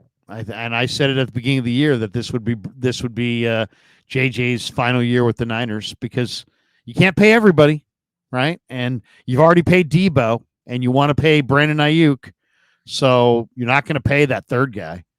But will JJ have a burgeoning market, or will, you never know. You never know what the marketplace is going to look like. Jennings is the player that a team trying to get better overpays and then finds a level of, oh, he might be a little overpaid in Juwan Jennings, right? I'll be honest. I kind of think that Juwan Jennings is a guy that could be huge in this game and then could be a Detroit Lion next year, because in a lot of ways, Juwan Jennings is exactly the kind of receiver the Lions need to complement what they've got. They've got the burner in Jameson Williams. They've got the guy in Amon-Ra, who's the true number one. They need that gritty, tough blocker badass, and that's JJ. And if he plays big in this game, I could see Brad Holmes and Dan Campbell saying, bring him here. I really could. Greg Argisi, wow, you guys need to relax. Packers were the hottest team, rust and rain. Now the Niners will shine. Lions cornerbacks are trash. Niners will show why they are great. Relax. Yeah, definitely. When you're heading into a championship game, you want relax to be the theme. Just relax, everybody. This NFC title game is going to be a sunny day, a nice little walk in the park. Here's a nice cocktail. We'll put a little umbrella in that for you. Maybe even serve it in a coconut. Pull out some long chairs. This is going to be easy.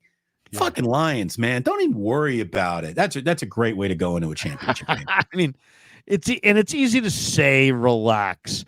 If we had a relaxed show where it was just like, hey, Niners by 3 touchdowns.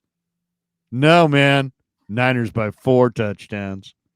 Come on. Larry. Hey, Greg, last week, I'd love to see your chats last week. I bet you were the guy last week saying, man, the Niners are going to roll the Packers. They're going to absolutely roll the Packers. They're going to obliterate the Packers. Niners 35, Packers 2. Yeah, there were an awful lot of people calling for the blowout last week. All right, but I wasn't one of them, and Damon wasn't either. So you may want to just heed our advice. Nancy Adams says, I sure hope you're right, and the Niners go to the Super Bowl. Nancy coming in with a 20 spot. Thank you very much for putting a twin on it. Thank you. Look at that. And a picture. She's got a picture there. Nice little avatar. Yeah, a little avatar. Andre Thompson has become a YouTube member. There you go. There you go. We got this one. Javi De La Torre gifted one the Krug Show membership. Look at that. Look at that. Membership's available. Love it. Appreciate you guys. Love it. For the Todd for the cost of a cup of coffee. Todd Mickle. Larry, I'm no expert. Is there an option to just double Laporta on every snap and just take him away completely? Or does that create more problems? If all they had was Sam Laporta, yeah, you could literally, bracket him. Everywhere he went, there was somebody in front of him and behind him. But I think the Niners don't need to do that. They've got the best coverage backer in the game. In the game right now. Fred Warner is a cutting-edge player. He's a linebacker who played a rover position at BYU, pseudo linebacker, pseudo safety. He's ideally suited to cover Laporta. This is going to be Laporta's toughest day all year, trying to free himself up against Fred Warner. So, Laporta suffered a pretty serious injury in Week 18, but he is playing hurt. Now they've got Ertz. Sam Laporta is a terrific receiver. I personally think that, they're both Iowa tight ends. I think Kittle is a better run blocker than Laporta, but I'll say it. I think Laporta is a better receiver than Kittle. I mean, at this point in their careers, sure. Right. It's this kid's rookie season. Or is it his second year? No, it's his rookie year. Okay. Yeah. Okay. Look, there are 2 or 3 guys who might be better pass catchers than Kittle, who still went over 1,000 yards this year, by the way. But there is no more all-around complete tight end than George Kittle. Like, George Kittle is the prototype for the position, every element of the position. Kelsey might be a better receiver. Laporta might be a better receiver. But, I mean, Kittle's special, and I think Kittle's got to have a huge role in every down that the 49ers play offensively going forward between now and any snaps that they actually play in Las Vegas. By the way, the Lions are here this year largely on the tail of their on the strength of their rookie class. Sam Laporta, rookie tight end, terrific player. Jahmyr Gibbs, rookie running back, terrific player. Laporta was round 2, Gibbs was round 1. Jack Campbell, terrific strong side backer. And Brian Branch, first round pick, and then Brian Branch, second round pick. Maybe the best nickelback going right now. I mean, Brian Branch was great at Bama, and he's equally great today. He is fantastic. Joseph Ehrenberg, that drive before half drove me crazy. Really? The rest of us were cool with it. Yeah, I mean, that was a train wreck. I mean, and here's the thing. Be a good Niner fan and back Kyle Shanahan, but don't blindly bow to him. That was, he was trying to do too many things there. He was trying to keep the ball away from his opponent. He was trying to score, and they wasted 45 seconds, ran out of time, and asked their rookie kicker in the rain to make a long field goal. It's like they had to get at least minimum. The fact that they even were playing for the field goal there bothered me. In the pursuit of perfection, Kyle let pretty good pass him by. And that can't happen. Like I said, somebody needs to go up to Kyle and say, do you realize that you don't get any extra bonus points if you score exactly when the clock is hitting triple digits? And you have a defense that is good enough to not give up 80 yards in 20 seconds should you leave the other team 20 seconds. Also, you have an offense that is finally built to be dangerous enough to go, be aggressive, stay aggressive. None of this like, if we get a field goal here, we come out, we score a touchdown in the third quarter. That's a 10-point difference right there. Well, a touchdown here and a touchdown there's a 14-point difference. So go. You want more possessions, you would think. Yes. And by the way, it doesn't always work out, as your 3 and outs coming out of the locker room showed. You didn't do anything with that possession coming out of the locker room. So, it's not like it's for sure. I mean, it's the way it's his comfort zone. That's where he's comfortable. That's fine. My whole thing on who do you defer or do you take the ball comes down to one factor and one factor only. Does your offense going against the opposing defense, is that a bigger advantage? Or is your defense going against the opposing offense, is that the bigger advantage? And I just felt like the Niners' offense going against the Packers' defense was their bigger advantage, at least on paper. And I would have wanted to take the ball first. Who on this coach? Oh, I'm sorry, Larry. No, I was just going to say that's all. That's to me. And I get it, though. He likes I asked him about it directly, and I asked him to follow up and explain it. He explained it. He's comfortable with it, and he feels like that's an ability to lap your opponent, and he's going to go with it, and he's not going to bend. And it's kind of like playing 21, in Vegas. You gotta play the game by some rules that you carve out in your head before you sit down. You just can't just be wildly hitting here and there. You have to have some philosophy that's grounded in solid reasoning. He feels like he does, and that is to defer, and that's what he's going to do. Hey, I'm good with it. I'm totally good with the defer. I think getting the ball to start the second half is a great place to be operating from. I set my games of Madden up to automatically defer should I win the coin toss. Do you? Yes, I'm the same guy. I'm the same guy. Get that defense out there, set the tone for the day. My question, and the Niners, and part of his philosophy, I'm sure, is tied to the fact that the 49ers, under his regime, have wanted to have a dominant. They've poured all their cap dollars into their D line, not their O line, their D line.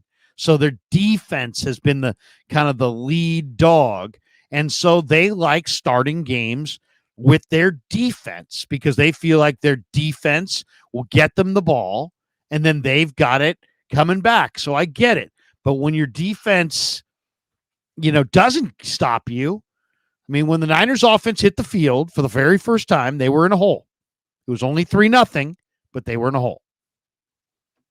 Again, I don't look at that as a hole until you've touched the ball at least once first, right? Like I wasn't really worried about the 3-0 start. As a matter of fact, 3-0 is better than 7-0. I thought it was a good start, all things considered. Yeah.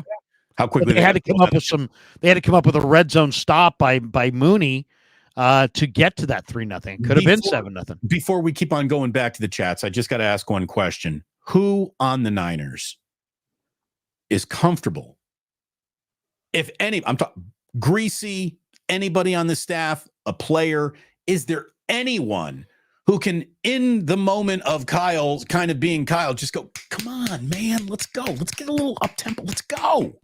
Is there anyone who snaps their fingers at Kyle? Is there anyone? Probably not. Maybe and Brock. I think that Kyle could benefit from somebody just in his ear that he respects going, come the fuck on, man. Come on. They use tempo at times when they first got there, but they're not big proponents of tempo. They're not. And I don't know that I would change what I do at this juncture. That's more of an off-season thing. But it would be nice when you have 5 eligibles that are as dangerous as the Niners are, and you have a quarterback that can really process what he sees quickly. It would be nice to go up tempo. It can't be explained away in any way that I'm going to buy it. Like, I'm going to buy an awful lot of what Kyle says, and there's no doubt that he knows more about football. His fingernails know more about football than I could ever pretend to know over the course of a 2-hour show. I get it. But if he's seriously like, yeah, up tempo is something that we used to do. We don't do that anymore. That's absurd. We're not really. We don't go no huddle. What the fuck? You don't go no huddle? What? What are you talking about? What are you talking about? That's like a baseball team saying, you know what? We don't hit home runs. Yeah. Well, wait a second. I think I know that team. Well, yeah. And how are they doing? But that's the thing. I like the whole point of like we don't embrace up-tempo football is. It's inexplicable to me. Like, what are you talking about? I mean, seriously. I mean, up tempo is a way to change the vibe of a game. It's also. I mean, Don Shula and the Dolphins went up tempo on the '84 Niners, who had an awesome defense. Awesome. And the only success they had was up tempo in that day. And what I don't understand is when Kyle's got a defense on the field where he's thinking, "Ooh, all I see is hot supper everywhere. We got matchups. We got the matchups that we're going to take advantage of out here on this field right now." Why would you allow the other team to just substitute? The best way to prevent a team aggressively substituting packages against you is to. And I don't get it. I don't get it. Maybe you don't want to do this with Jimmy Garoppolo because he's that incomplete of a quarterback and you're not comfortable with him making decisions. I thought Brock Purdy was the antidote to that. I thought he was the difference maker. So. Well, and maybe he'll surprise, I mean, maybe it's not like he's never used up tempo. He just hasn't used it recently. Like, what's the thing that you said last week that I thought that's just stupid? He said that he went up tempo early in his tenure here. No, but you also said something about special teams. Like Kyle doesn't believe in fake punts. Oh, he's never fake punted. I mean, he may have done it one time. Right, but it was called back after Wisnowski had the greatest run of his life there. It's too bad. But this whole I don't believe in trying to trick your opponent. I don't believe. Okay, well, that's ridiculous because camouflaging and tricking your opponent is a massive part of every single offensive play that the man runs. So he clearly believes in tricking his opponent to some level, but to a degree he doesn't believe in tricking his opponent on special teams. That's nonsense. Like that. What the fuck are you even? It does seem a tad inconsistent, but I think it seems inconsistent. Yeah. So because the element of surprise is something you don't believe in. Well, exactly. I mean, no, I mean, and come on, we're talking about a guy whose basic tenet of what he does offensively is tied to play action. The whole idea of play action is fooling your opponent. Greg Cosell used to talk endlessly about the greatness of Kyle Shanahan's play action fusion game. And what he's talking about there is that Kyle can make a play action pass look so much like a run that it really does fool the defense and make the linebackers freeze and thus creates a ton of space in the pass game. You're fooling them there. By the way, and J. Frank Parnell has just commented, I think something that is just, I mean, the light bulb in my mind, maybe the reason why Kyle's 0-30 when behind is because he's never developed a 2-minute offense. Yeah, maybe, like you do have to start playing faster and not at your own pace when you are behind, and maybe because you don't play faster at a faster pace, it's harder to catch up to the guy who's running away from you. Yeah, I mean, here's the thing. Are you going to be good at something that you practice? Yes. Are you going to be better at things that you practice? Yes. So if the Niners went up tempo on a regular basis, I think you could say that they would be more natural and more comfortable playing up tempo football. If you don't play up tempo football ever, how do you ever get into an up tempo rhythm? And ultimately, there's times in the game where you can decide, and there's times of the game where the defense will dictate to you. Right. And when you're down 2 touchdowns or multiple scores in the fourth quarter, basically the defense is going to start to dictate to you a little bit, and then you're going to have to play up tempo. So it's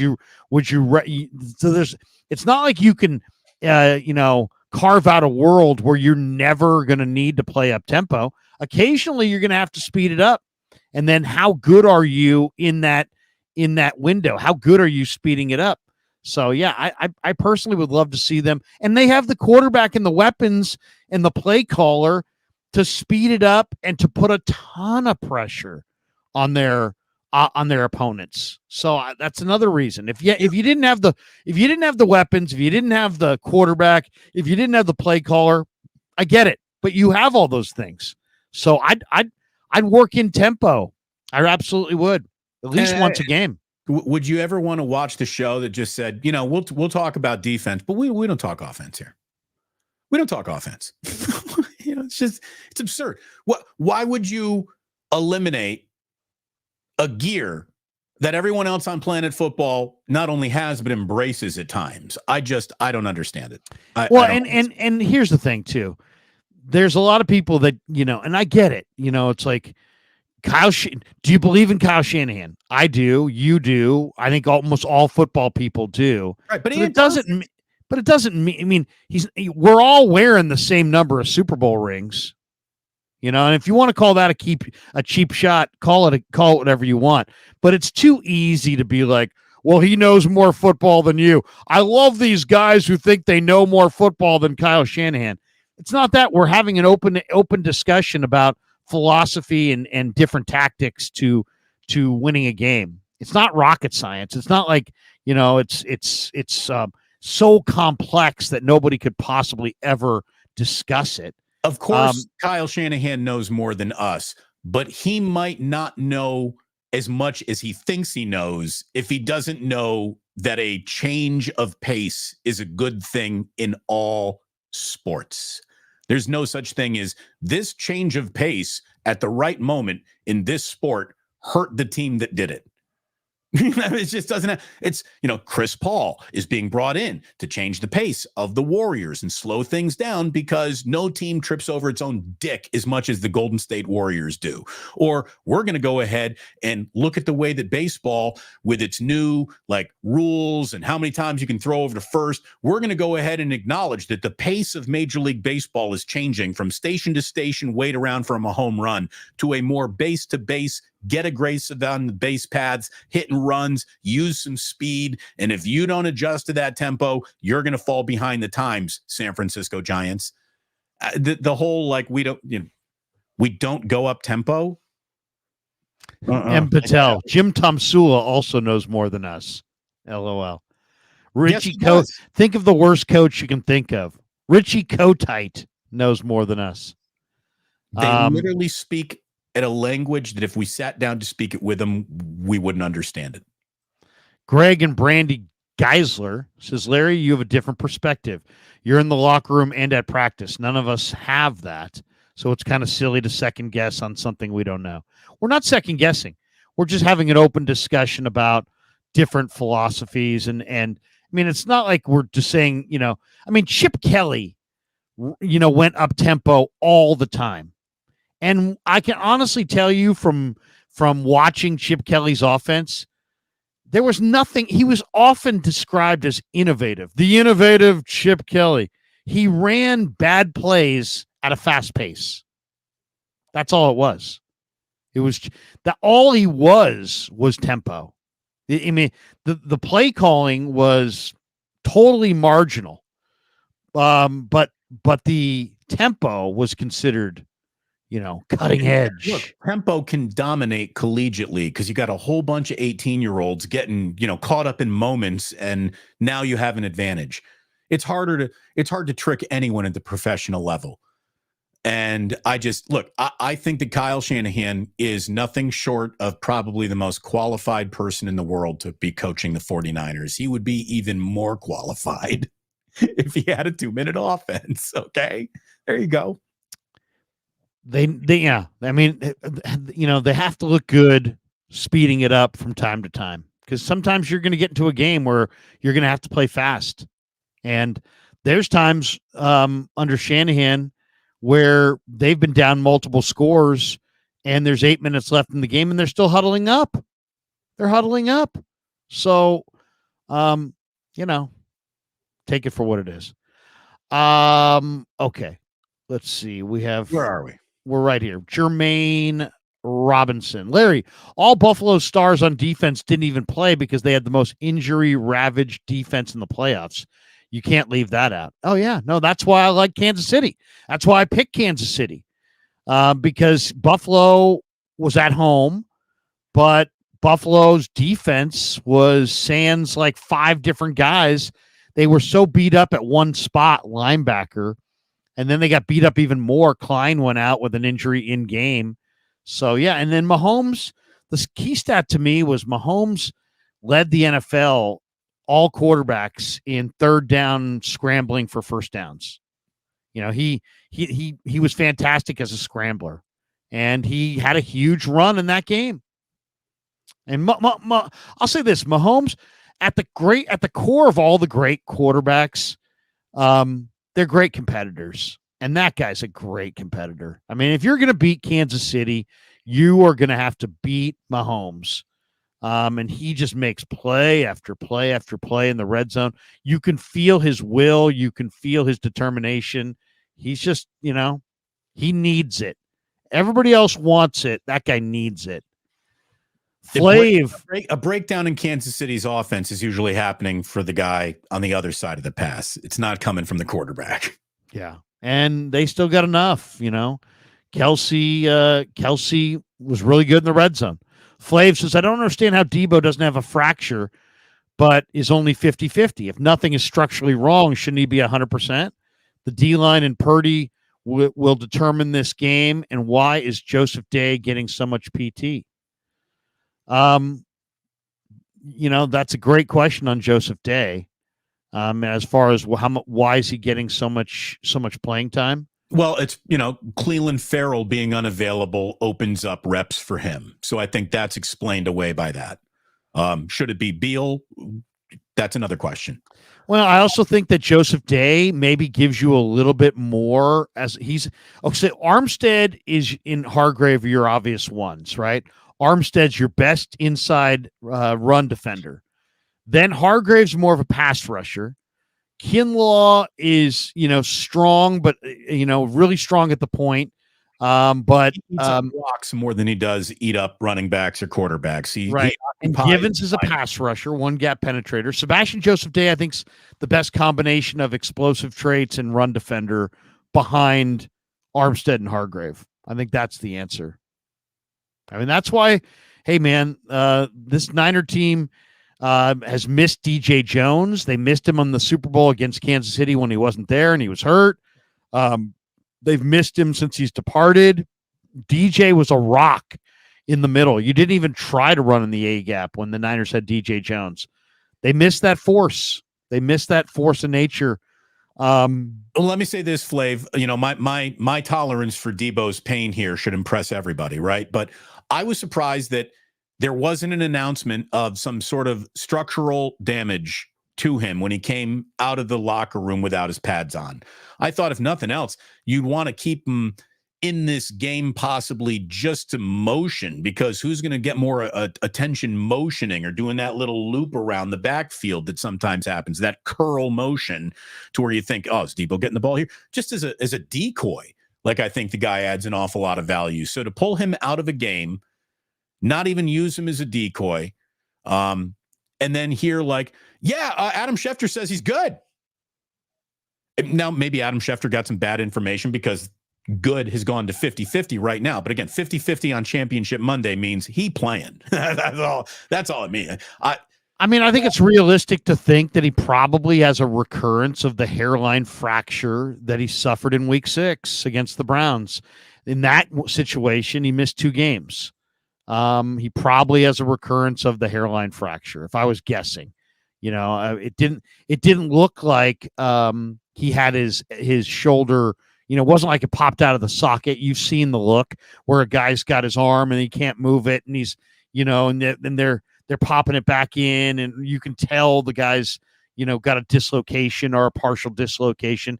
That's very easy to identify when a player has that injury, the way they hold their arm. Right. He wasn't like that. So I don't think it's a dislocated shoulder. And I don't think it was initially they said it was a concussion, but watching the hits that he took at the beginning of the game, I didn't see anything that went true helmet to helmet with any force.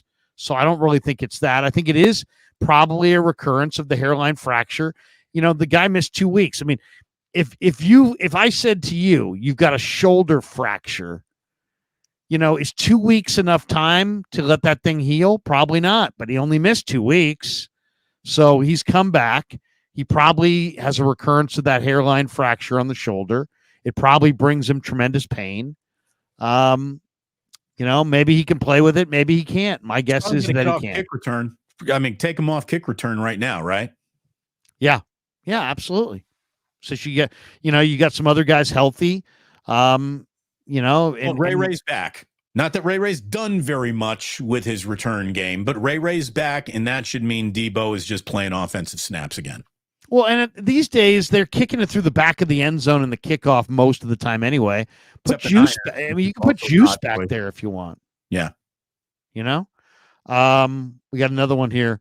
He said, Cody Van Dyke says, Larry, Damon, did you see Aziz Al-Shaair on the field with the Niners for their pregame group hype? Too bad the Niners didn't keep him. Big loss. I mean, was it a big loss? They're in the NFC title game. So, But I mean, Aziz, I wanted them to keep Aziz. But here's the bottom line. Aziz got paid a full salary. And in the Niners structure, he only played, they're in the base about 20 to 25% of the time. So you can't pay a guy in the capped era huge money to play 25% of the snaps and be an insurance policy. That being said, Aziz Al-Shaair is a phenomenal player. They discovered him. It was Chris Kiffin who had the connection with him, and the Niners, another guy, undrafted free agent. Found him on the streets. He had 435 tackles in college, but he had some injuries and so he went passed over. The guy's a tackling machine. Yeah, they miss Aziz. Aziz had like 16, 17 tackles in a couple games this year. I mean, he's a great player. I would have tried to re-sign him, but you know what? You can't pay a guy big time prices when he plays a quarter of the plays. And good for him finding that big paycheck. He earned it, man. His life story is incredible. I mean, that guy lived out of his car for a while. So yeah. Oh, the guy. He was, he saved his family from a kitchen grease fire. Burning house, exactly. And I talked to him about it. The interview's up on my YouTube page. He's one of my favorite guys.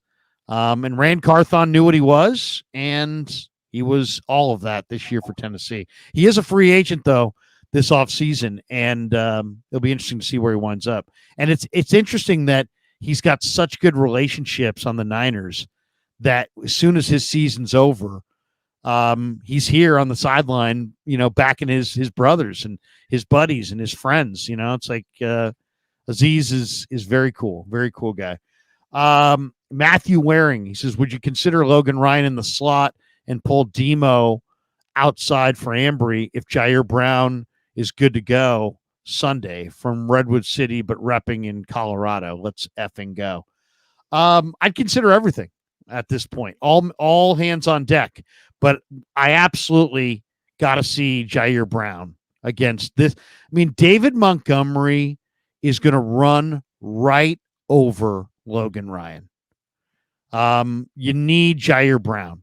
I'll live with Jair Brown's rookie mistakes. I'll take my chances.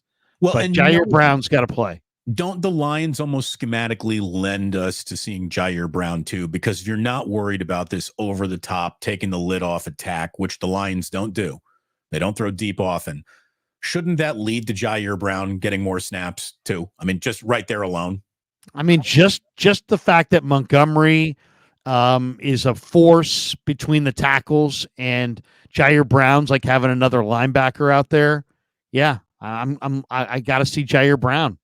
I mean, unless he can't move, it's Jair Brown time. I mean, there's a couple highlights. I've retweeted one. If you follow me on X, I retweeted a play. You called it X. I've never actually anyone but Elon Musk hear it call it X. I know. So I'm impressed. Well, I feel like I better switch it up here. Here, I'm going to show you this play. This is a play that this is a play that really makes you go, what? Wait a second. Show me your X, Larry. Here we go. Here we go. And just an unbelievable job. Okay, let's take the audio down. Hold on a second. I get flagged. All right, here we go. Infringement. All right, go ahead. Here's a toss to Jones. 33, Ryan. Oof. Terrible angle on everything right there. He got flat-footed. He got caught leaning. I mean, you got to strike that guy. You're coming down. He's running to your side. You got to strike to that guy. And he got one hand on him. So Larry, first of all, Larry, you and I make that play 10 out of 10 times. Yeah. Yeah. But I mean, that's a big one right there. And the back this week is really, really physical. I mean, Montgomery is a really physical running back. So you got to absolutely have Jair Brown, in my opinion. Anthony says, I tweeted to John Lynch, if Deebo is out, put Conley in. Yeah, you will see Conley. And Conley is big and fast and physical and can do the job. So I'm not afraid of using Conley. And I'm not afraid of Juwan Jennings going out there and getting Deebo snaps either, but not as a running back. Only Deebo can really fit that role. And I think Kyle that first play of the third quarter against the Packers is, to me, you got to explain that away. Well, I'll tell you, the other thing, Damon, and the one thing that was really clear watching this game, and it has to change in this next round, and it's going to have to change in the Super Bowl as well if the Niners expect to win it. The Niners have to get more yards out of first down. In this game against Green Bay, they didn't get enough out of first down. A lot They've of things got to you get have more on yards. first down. Again, you got Christian McCaffrey. Remember that. Use that. Make a note of that. When Shanahan's really rolling, I mean, Shanahan with the Falcons offensively had the greatest first down offense in the history of the NFL. They averaged like 8.2 yards on first down. They were constantly looking at 2nd and 1, 2nd and 2 all year long. It's like you got to get it done on first down more than they did in this Green Bay game. You can't just keep leaving it. You can't sit at 2nd and 9 all day and get it done. You got to get more done on first down. Clarence Molina, we are the enemy this week. No one wants us to win except for the 49er fans. Deebo's going to play. He's not going to let CJ Gardner-Johnson talk trash and get away with it. It's going to be a bloodbath, man. If you're a 49er offensive player, get ready to get hit. And the 49ers offensively, this would be a great game to, take your shots on the outside. But, man, I want to see the Niners match their physicality. I want to see the Niner offense match the physicality of Detroit's defense. Cryptic 1, do you have any Niner rituals or weird things that you do that makes you think you're helping the team win? I have 49er lucky socks that tend to work, LOL. Cryptic, you better wash those Niner socks and get them ready for Sunday. No, never wash them until the Super Bowl is over. You don't want to wash the luck off of them. See, no, I don't look at it that way. I think your lucky socks have to be ready to roll. They're ready to roll. They might smell a little bit, but that's the smell of victory, Larry. That's you don't wash the smell of victory off the lucky socks. Do you have any rituals? I used to, when I was a kid, I had a Niner glass mug that I would drink out of. I was given this for Christmas by my kids. Larry, don't show that logo. You'll get an email from the 49ers. Yeah. Excuse me. Could you take that mug off? Excuse me. We're really worried about our flagship station being dwarfed by your guys' YouTube channel. Could you please take that down? You guys have 1,500 people hanging out in your room, and it's all because of that mug. Okay. So I used to have a glass Niner mug that I would drink out of on game day. And I always went to that glass mug. It was huge and really heavy. It almost felt like a doorstop. It was so freaking heavy. But I don't have any now. I don't have any idiosyncrasies. It's funny. I talked to Colton McKivitz. I said, Colton, what's your game day ritual? And he's like, I got to have the same pregame meal. I'm like, what's your pregame meal? He goes, buttered noodles and 2 steaks. Just two full steaks and a big plate of buttered noodles. Carbon protein loading. Now, the right follow-up question, if you were a capital J journalist, is what cut of meat are we talking about here? And why are you having 2 steaks when you can just get a 42-ounce steak? What's going on? Let's explain the 2 steak. He's probably going to Safeway or, Costco or whatever, which I'll be doing later today. I've got to go shop for the family at Costco. My wife said to me yesterday, I don't think you're going to have enough time to go to Costco. I said, yeah, I think you're freaking right. I think it's going to be a Monday Costco. So if you're at Costco in Concord today, and you see me, I'll be wearing my Brock Purdy t-shirt. Come over and say hi. Signing flat objects only. As far as my guess is for Colton, because I have asked him in the past, and I think it's a porterhouse. But I think also he's kind of like one of those guys that I'll take anything. I'll take whatever kind of steak you got. I mean, if he's taking down 2 porterhouses and his buttered noodles, that's muy agresivo. It really is. Because we all know. What would be your steak of choice? Oh, it's bone-in ribeye. Bone-in ribeye. The bone-in ribeye is country ribeye is the superior cut of steak. It's the right amount of, because to me, I'm not a filet guy because I like some toothiness to my steak. I don't want it to just all be about texture. I like a good chew on my steak, but if fat is where the flavor lives. And I just think that the bone-in ribeye is the ultimate marriage of toothiness, steaky bite, and the fat that makes it delicious. Yeah, I'm with you on the bone-in ribeye. Yeah, no question. The tomahawk. What the tomahawk? Is that what it's called? Yes. But that is the tomahawk is a ribeye. It's coming right off the rib. That's why it's the big hawk. You know, it's the tomahawk rib is from. So you get it with the bone in, and then cut it off the bone. Well, and normally, you know, the bone in ribeye is that little round bone in the middle of the steak too, because the ribeye can come from different places, and the tomahawk steak is not the genuine ribeye at all times, but it's same part of the animal. So New York strip, no. So a porterhouse is the T-bone, and on one side of the porterhouse is the New York strip. On the other side of the porterhouse is the filet. So you get a New York strip and a filet when you order a porterhouse or a T-bone. I am very pro New York strip. It's a great steak. Will you pay extra for Kobe beef? Yes, I will. It's good.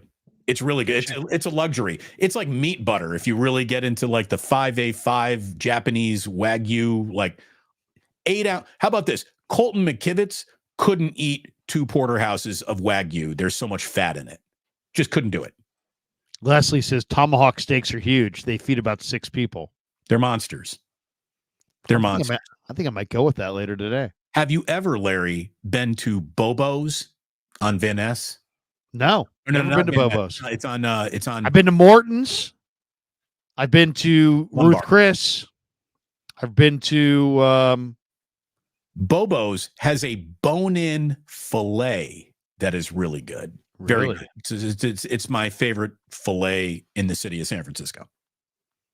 How about flank? Where are you on flank? Love flank steak because I'm a really, some people will tell you got to cut it thin though. You got to cut it thin. Well, but by nature it is a thin cut, right? Because it's that flap that is the. But flank. Even then, you got to shave it when you cut it. You got to kind of shave it down a little bit, and you got to cut it on the bias a little. You want to go with the grain, not against the grain.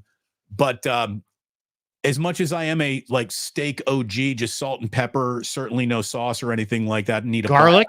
I also like a marinated steak, and flank and skirt steaks are the best steak to marinate. I'll do a teriyaki flank steak, Larry, that'll blow your socks off. No matter what I grill, it's still the favorite thing I pull off the grill for Jillian. She thinks it's the strongest steak that I do is a teriyaki marinated flank steak. Cooked how? Do you cook it on the gas grill or cook it on the No. Gas grills are for total pussies. We go with I'm not a gas grill myself either. I'm a charcoal man. Charcoal Weber, baby. We don't mess around. If we're gonna be grilling, let's really grill. But it's hard in the cold temperatures. Sometimes I'll go to my brother's place and he will have the gas grill going, and there's something especially in the wintertime. The gas grill in the wintertime. It's convenience is you cannot question the convenience of a gas grill, but you also cannot question the flavor that you get from charcoal. I love when we start talking food in the the people just avalanche of comments. And by the way, G-Man right here, G-Man is right. If you can't grill your steak, there may be no superior choice than the cast iron pan. A steak in a cast iron pan, seared, really crisp on both sides, and you pop it in the oven at 400 for like 8 minutes, comes out a perfect 130. I like to pull my steak at 129 and then let it come up to like 131 as it rests, Larry. Look at you. The key, so what's your favorite steak house? In the city? Yeah, well, I mean, you could go to Peter Luger's in Manhattan or something like that. Have you ever been to Peter Luger's, by the way? Yes. It is so worth it. It is so good. I mean, I went in there thinking like, how much better can it really be than maybe the best steak I've had? It's spectacular. Best steakhouse in the Bay Area. What is it? I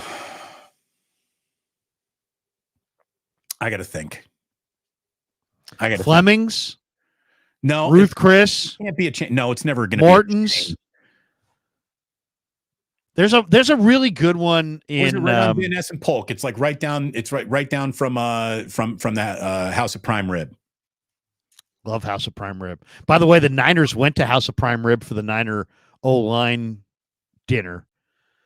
I got to get the details on that because I saw they invited Purdy. All the O linemen were there. I got to ask McKivitz this week about who was the dominant factor in the House of Prime Rib Niner O line dinner. There's always somebody. There's always some O lineman that just is freaking, just can put it away. But there was a place, I think it was called, what was it, MacArthur's, or it was in Dublin. It was in Dublin on San Ramon Valley Road. If anybody, McNamara's. A guy named Barry Ford says, Damon, were you a butcher in another life? No, but I love I love a meat map.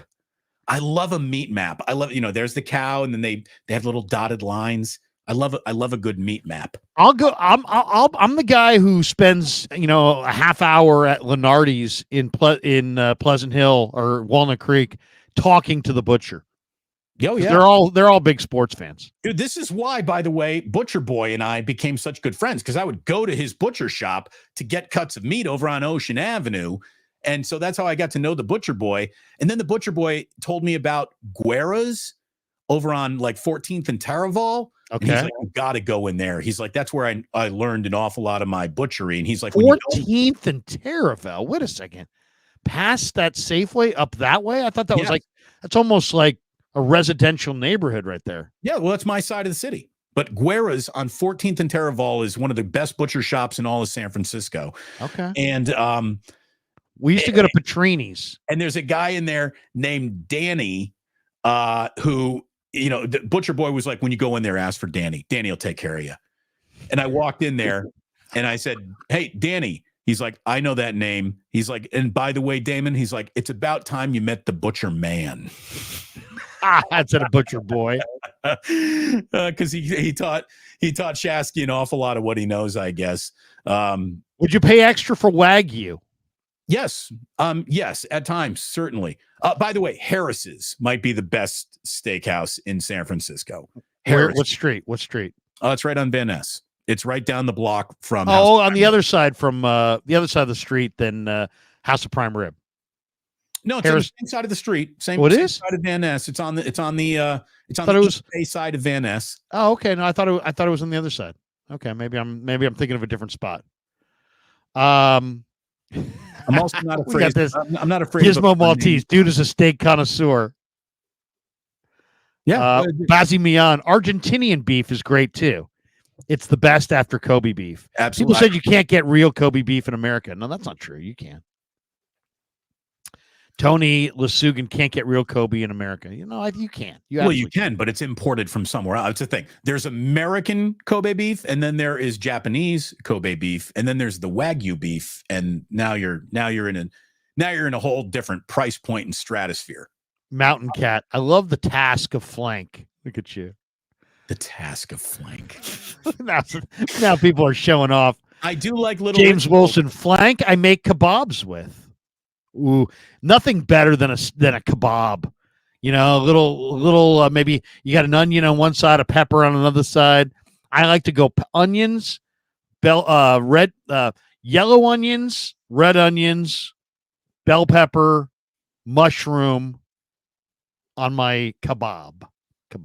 I do believe those are that's the holy trinity of kebab construction. I love a kebab. I love a kebab. G. Martinez says tri-tip. Tri-tip's a West Coast thing. Absolutely, it is.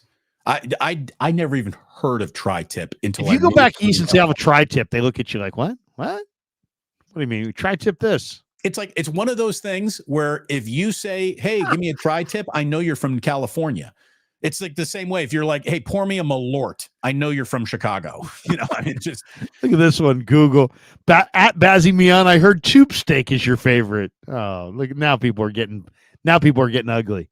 We got this one from Must Be Trouble. Flank is good for fajita tacos. Absolutely. It is a strong, but it's chewy. So you got to really, it's how you cut it. How you cut it is very important. Should we get back to the football chats, or I don't know if we need to? Wait a second, Damon. Can we get a pound it? Frisco Pisco. Pound that flank steak. Pound it. Tenderize it. G. Martinez, wine and garlic tri-tip. Since we're talking meat, can I give you the best tip in all of San Francisco? Lamb is my favorite, though, according to Mountain Cat. Yes, please. Go to House of Prime Rib. And when you're at the house, by the way, I took my wife there. I bumped into Gary St. Jean. Nice. I love Gary. I don't, when you say, hey, let's go get a steak, I'm not thinking prime rib. Even though it's both red prime meat. rib is a great prime rib. And the House of Prime Rib is buttery good. But they're two totally different things, like in my mind. Like a steak and a prime rib's different. Is different. When you go to the House of Prime Rib next, Larry. I love it. And if you appear with Larry Beal on any of his shows, they give you a little House of Prime Rib thank you gift card. Get your king cut medium rare, and then ask them to take it back to the kitchen and sear it. Look at you. You're like my late father ordering off the menu. Yeah, you can get the next time you're at the House of Prime Rib. Excuse me, Mater D, could you come over? Here's the thing. I'd like it seared. As soon as you ask to have that seared, they're going to look at you like you've been there before and you know what you're doing.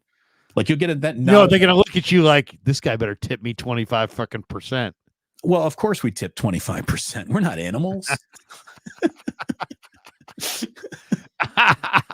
Wait a second. Doddle lover says, I challenge you, Damon, on my teriyaki flank steak. Oh, you want to take that Pepsi challenge? First of all, are you using the very teriyaki blend that I use? Because the very teriyaki blend, and you go low sodium. Got to go low sodium on that. Look at that. Harry Pitts. Gordon Ramsay has entered the chat. West Coast King, salt and pepper ribeye with garlic butter. That's the one thing about going to Ruth Chris Steakhouse. They do use they may if you can over butter, they may. Well, trying to go a little Peter Luger on that, because Peter Luger serves you a sizzling steak on a plate of butter. It's in a moat of butter. And by the way, butter does make steak better. Butter makes everything better. If we're really going to get into the how do you take that steak game to another level? Compound butter. Look at you. The night before, leave a stick of butter. Now you're just showing off. Leave the stick of butter out to come up to room temperature. Morning of making the steak, I want you to take garlic and some herbs, and you dice them up nice. I mean, mince the shit out of them. Then you take it into the butter, and you whip it all together, and that is the compound butter that you then, when you take your steak off the grill to let it rest, you put a big slather of compound butter that you made that morning on top of the steak, and you just let the magic happen. Trent says real men hunt their own meat. Well, I don't know about that. If you're talking about tube steaks in San Francisco, there's plenty. I grew up in the city, man. I believe in Petrini's in the West Bay, Lenardi's in the East Bay. I mean, I've always said it. I've said that many times. I'm very consistent. Erwin Kwong says Harris Ranch. Harris Ranch beef, very good. Harris Ranch. If you ever stop on the way down and get some Harris Ranch, steaks at the butcher shop there? No, we have not stopped on the 5 as you're driving down to LA to go to the Harris. But boy, you can smell it when you're on your way. Can. When you're around Harris Ranch, you know it. All right, back to the chats. How do we get into that? Somebody said relax. No, it was the pregame ritual. Who'd you say eats 2 steaks? McKivitz? Oh, McKivitz, yeah. McKivitz. So maybe he got down and dirty at the House of Prime Rib. Maybe it was his night to shine. Seriously, I bet you it was. Clarence Molina, we are the enemy this week. No one wants us to win except for Niner fans. Deebo going to play. He's not going to let. Okay, we already got that one. We got that one. Oh, we had the rituals. That may have gotten us into. Here we go. Greg Argisi. I didn't say blowout. I said relax. Have faith. RJZ. Okay. Okay. Relax. Greg, we'll let you know when it's time to relax. Don't Aaron Rodgers us, Greg. Relax. RELAX. Hey, would you rather a talk show host that you need was too fired up and you had to tell him to relax? Or would you rather a dull talk show host that you said, hey, man, you're too relaxed? I'd rather be told to relax than told, hey, man, you need to get it going. You're too relaxed. What's harder to do? Ask Draymond to stop punching the opponent or ask Andrew Wiggins, hey, punch somebody, would you please? Would you rather listen to a show that you wish they would take a nap or watch a show that the guy is taking a nap? It was a compelling interview with Kyle Shanahan. What do you think? Mike Baker. Larry, can you ask Kyle to practice hurry-up offense? I kind of did about a month ago or 2 months ago. I kind of was like, hey, are you going to think about busting that out? He's like, we may. How about this? If you think you're going to meet the Kansas City Chiefs in the Super Bowl, how are you not working on hurrying shit up? Right? And guess what? You better be aggressive at the end of the first half because you know Mahomes in the second half is going to put it in the end zone a couple times. So don't think, if you got them down that you're keeping them down. Right. If the other team is playing cocaine off the back of the toilet level, hurry up football, you better at least do something to march a little faster. Wesley, and I have no idea what that reference meant, but there you go. Wesley Brooks says, I don't see a path to us winning the Super Bowl based on the 4 teams left. We look old and soft. Our window is closed, I feel.